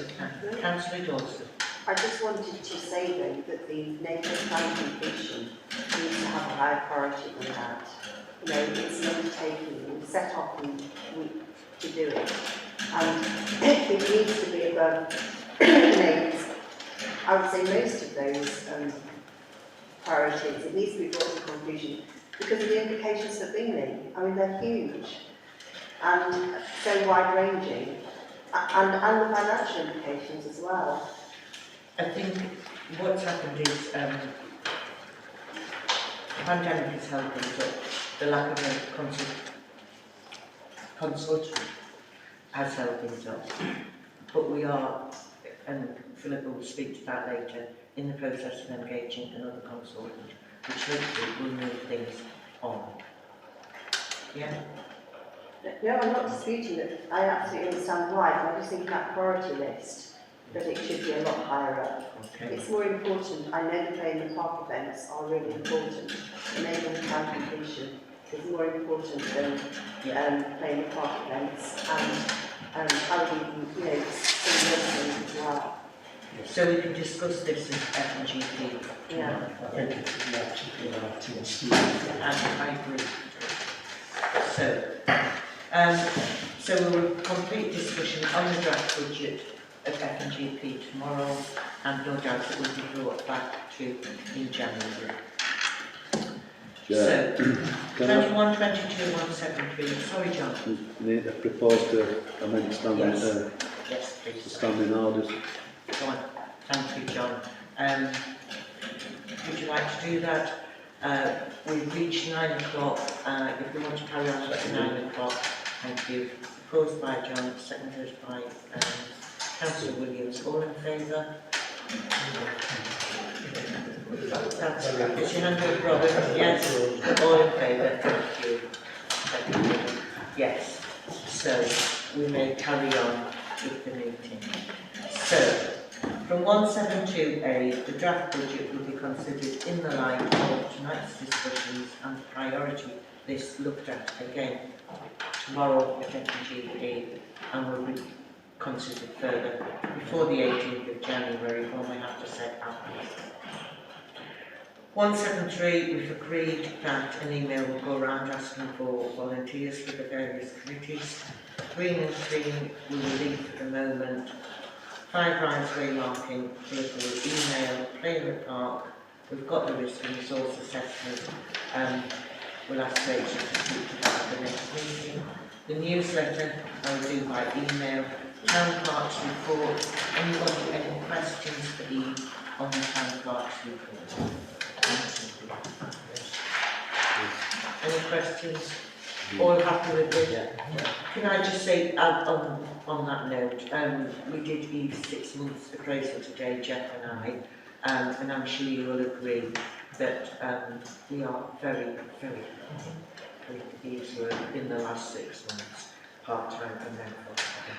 And, I think it will give ourselves a pat on the back on an excellent appointment. Correspondence. Standing policy review. Does anybody wish to make any comment on that? The local Sir Optimus will be tree planting in town. No comment? I think that's going to discuss at the next climate. Is it, we're planning to go We've agreed 5 tree plantings from our budget, haven't we, this year? So that's going to the climate emergency working group. Residents about antisocial behaviour. Can I just ask if there's any response from the police about having a police liaison?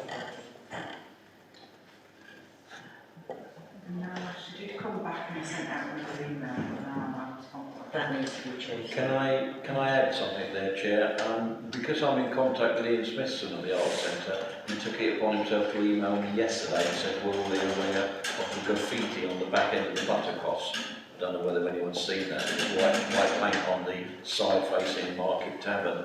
I haven't responded to it yet, so I'm waiting for tonight. He also then emailed me about 20 minutes later saying he's got youths outside blowing smoke into his art centre trying to set off the fire alarm. So he was getting quite frustrated, I think. But I'm not sure that the town council could do anything, but I wanted to add that to that. I mean, the graffiti is a Bradford Met issue, and they will come out. Yeah, the graffiti team are pretty good, particularly if it's offensive. It might take a little bit longer. If it's not offensive, not many weeks ago that they cleaned all the They have been. boxes, electrical boxes, and they were cleaned for about 2 days and then got the redone. So they actually need to catch the little darling that's doing it. We had a meeting with police, ward officers, wardens, only a few days ago. Kenny Green, the local sergeant, is keen. It's causing her too much work, as she says, so she's keen to get it sorted. They are doing, youth service are doing some extra out and about on the evenings and weekends, trying to engage with some of these potential troublemakers. I think they've got a particular group identified. We just need to get a bit more info on them and identify a couple of them to take it further. So there's work going on in the background. Myself and Jeff will no doubt keep our foot on it to get it done, because it's causing quite a mailbag for us as well. Councillor Just briefly, until Councillor Williams' update, I was going to say that there has been, well, in terms of being reported to me at least, a decrease in antisocial behaviour from when it spiked, I think a couple of weeks ago, when there were emails pinging between us. The Friends of Myrtle Park representative that I've been speaking with has said that the behaviour in the park seems to have calmed down. They were experiencing an awful lot of graffiti in there and the new signs that they've had up. That has stopped, there was less damage there, so that is all obviously very good. She has also been told by a police representative that maybe Sergeant Green, I don't know, that arrests had been made relating to it. So that might have contributed to the downturn. That doesn't negate anything that Councillor Heseltine are willing to set there. Okay, thank you. The Information Commissioner's officers annual subscription, I presume that would be paid. Department of Transport, we would propose stopping off of the highway at Crossing Road, Bingley. Did anybody have a look at this? This is the old flat road that goes round. I know exactly where it is because I regularly walk there with the dog. I think it's in regard to them building new bits of highways and removing some bits of highways to facilitate their There was only one development. thing. I found the map very difficult to look at, and there are some in that area. There are some of those the standing stones, the Neolithic stones, which in the past have been graffitied, etc. And I couldn't work out from the map whether they were intending doing anything around those. It looked like they might be planning to shift some, take them away, which as on the other side of the fence, is a site of archaeological interest, and those stones are part of that thing.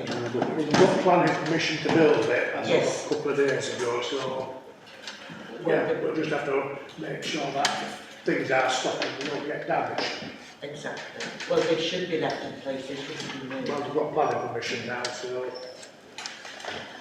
Okay, Councillor Dawson, did you want to say that? Emails from residents regarding their planning application for High Rise Locks Hotel. Well, as we said, this could be meeting this Thursday. Email from resident re debris in the River Aire. Was that a cutting room? it is a big rural resident, yes. Some of the issues are to do with the canals and river trust. Some of the other issues might be to do with folk are building bunds and things that might be to do with planning. I suggested they take it up with them in the rural councils. Thank you. I mean, I think just on that, It's by the... I registered. Sorry, I did register an interest. I think part of it she's complaining about the overhanging trees at the Canoe Club, half of which have now been removed anyway in the last couple of weeks. She was also complaining about trees generally in the river, and the Canoe Club do regularly go around and move them because they're a danger to canoeists. So I'm not sure how big a problem it Actually is. in practice. Thank you. The email from the City Solicitor at Bradford Council re the Preschool Annex Funds. Well, there was nothing new in this. They ignored our request to have a committee based in Bingley, and have basically just reiterated what was said in the past and expect, was it January? By the end of December, I think. By the end of December they expect to have charitable status for the foundation. Steve? Wasn't the phrase, and we will approach you to appoint someone new? To appoint one, Yeah, which was already done, it's Dale. Yeah, well, but that's subject to debate from this council, I would assume. Not, Well, he volunteered. did he? Okay. Yeah, and I think, Steve, when the original decision was made, rightly or wrongly, that Bradford were going to do what they were going to do, I think at the meeting itself, when there was suggestion that Bingley needed to be represented on the allocations or awarding committee, they agreed that a nomination from Bingley Town Council would be included on that awarding committee. Obviously, the awarding committee hasn't started yet. Yeah, But, on the spirit of inclusiveness, I mean, we've got Councillor Dawson now who's campaigned long and hard for the technical annex and the rights of the wrongs of Bradford. So Councillor Dawson wasn't available to be nominated, but is now. So should we have a beauty parade between Councillor Barton and Councillor Dawson? Because I would have thought Ross might have wanted it. I just think it's late, let's move on. Well, I think that I'm sure that if Dale chooses not to do it, then I'm sure that Councillor Dawson would step in, or someone else would. But for the moment, it's here. Right, to consider any promotional items that the Town Council wishes to put live besides from this meeting. Well, I'd say basically the main thing is a carefully worded item explaining where we are at with the change of place project. Chair, Steve, that would mean we can include the costs, can't it?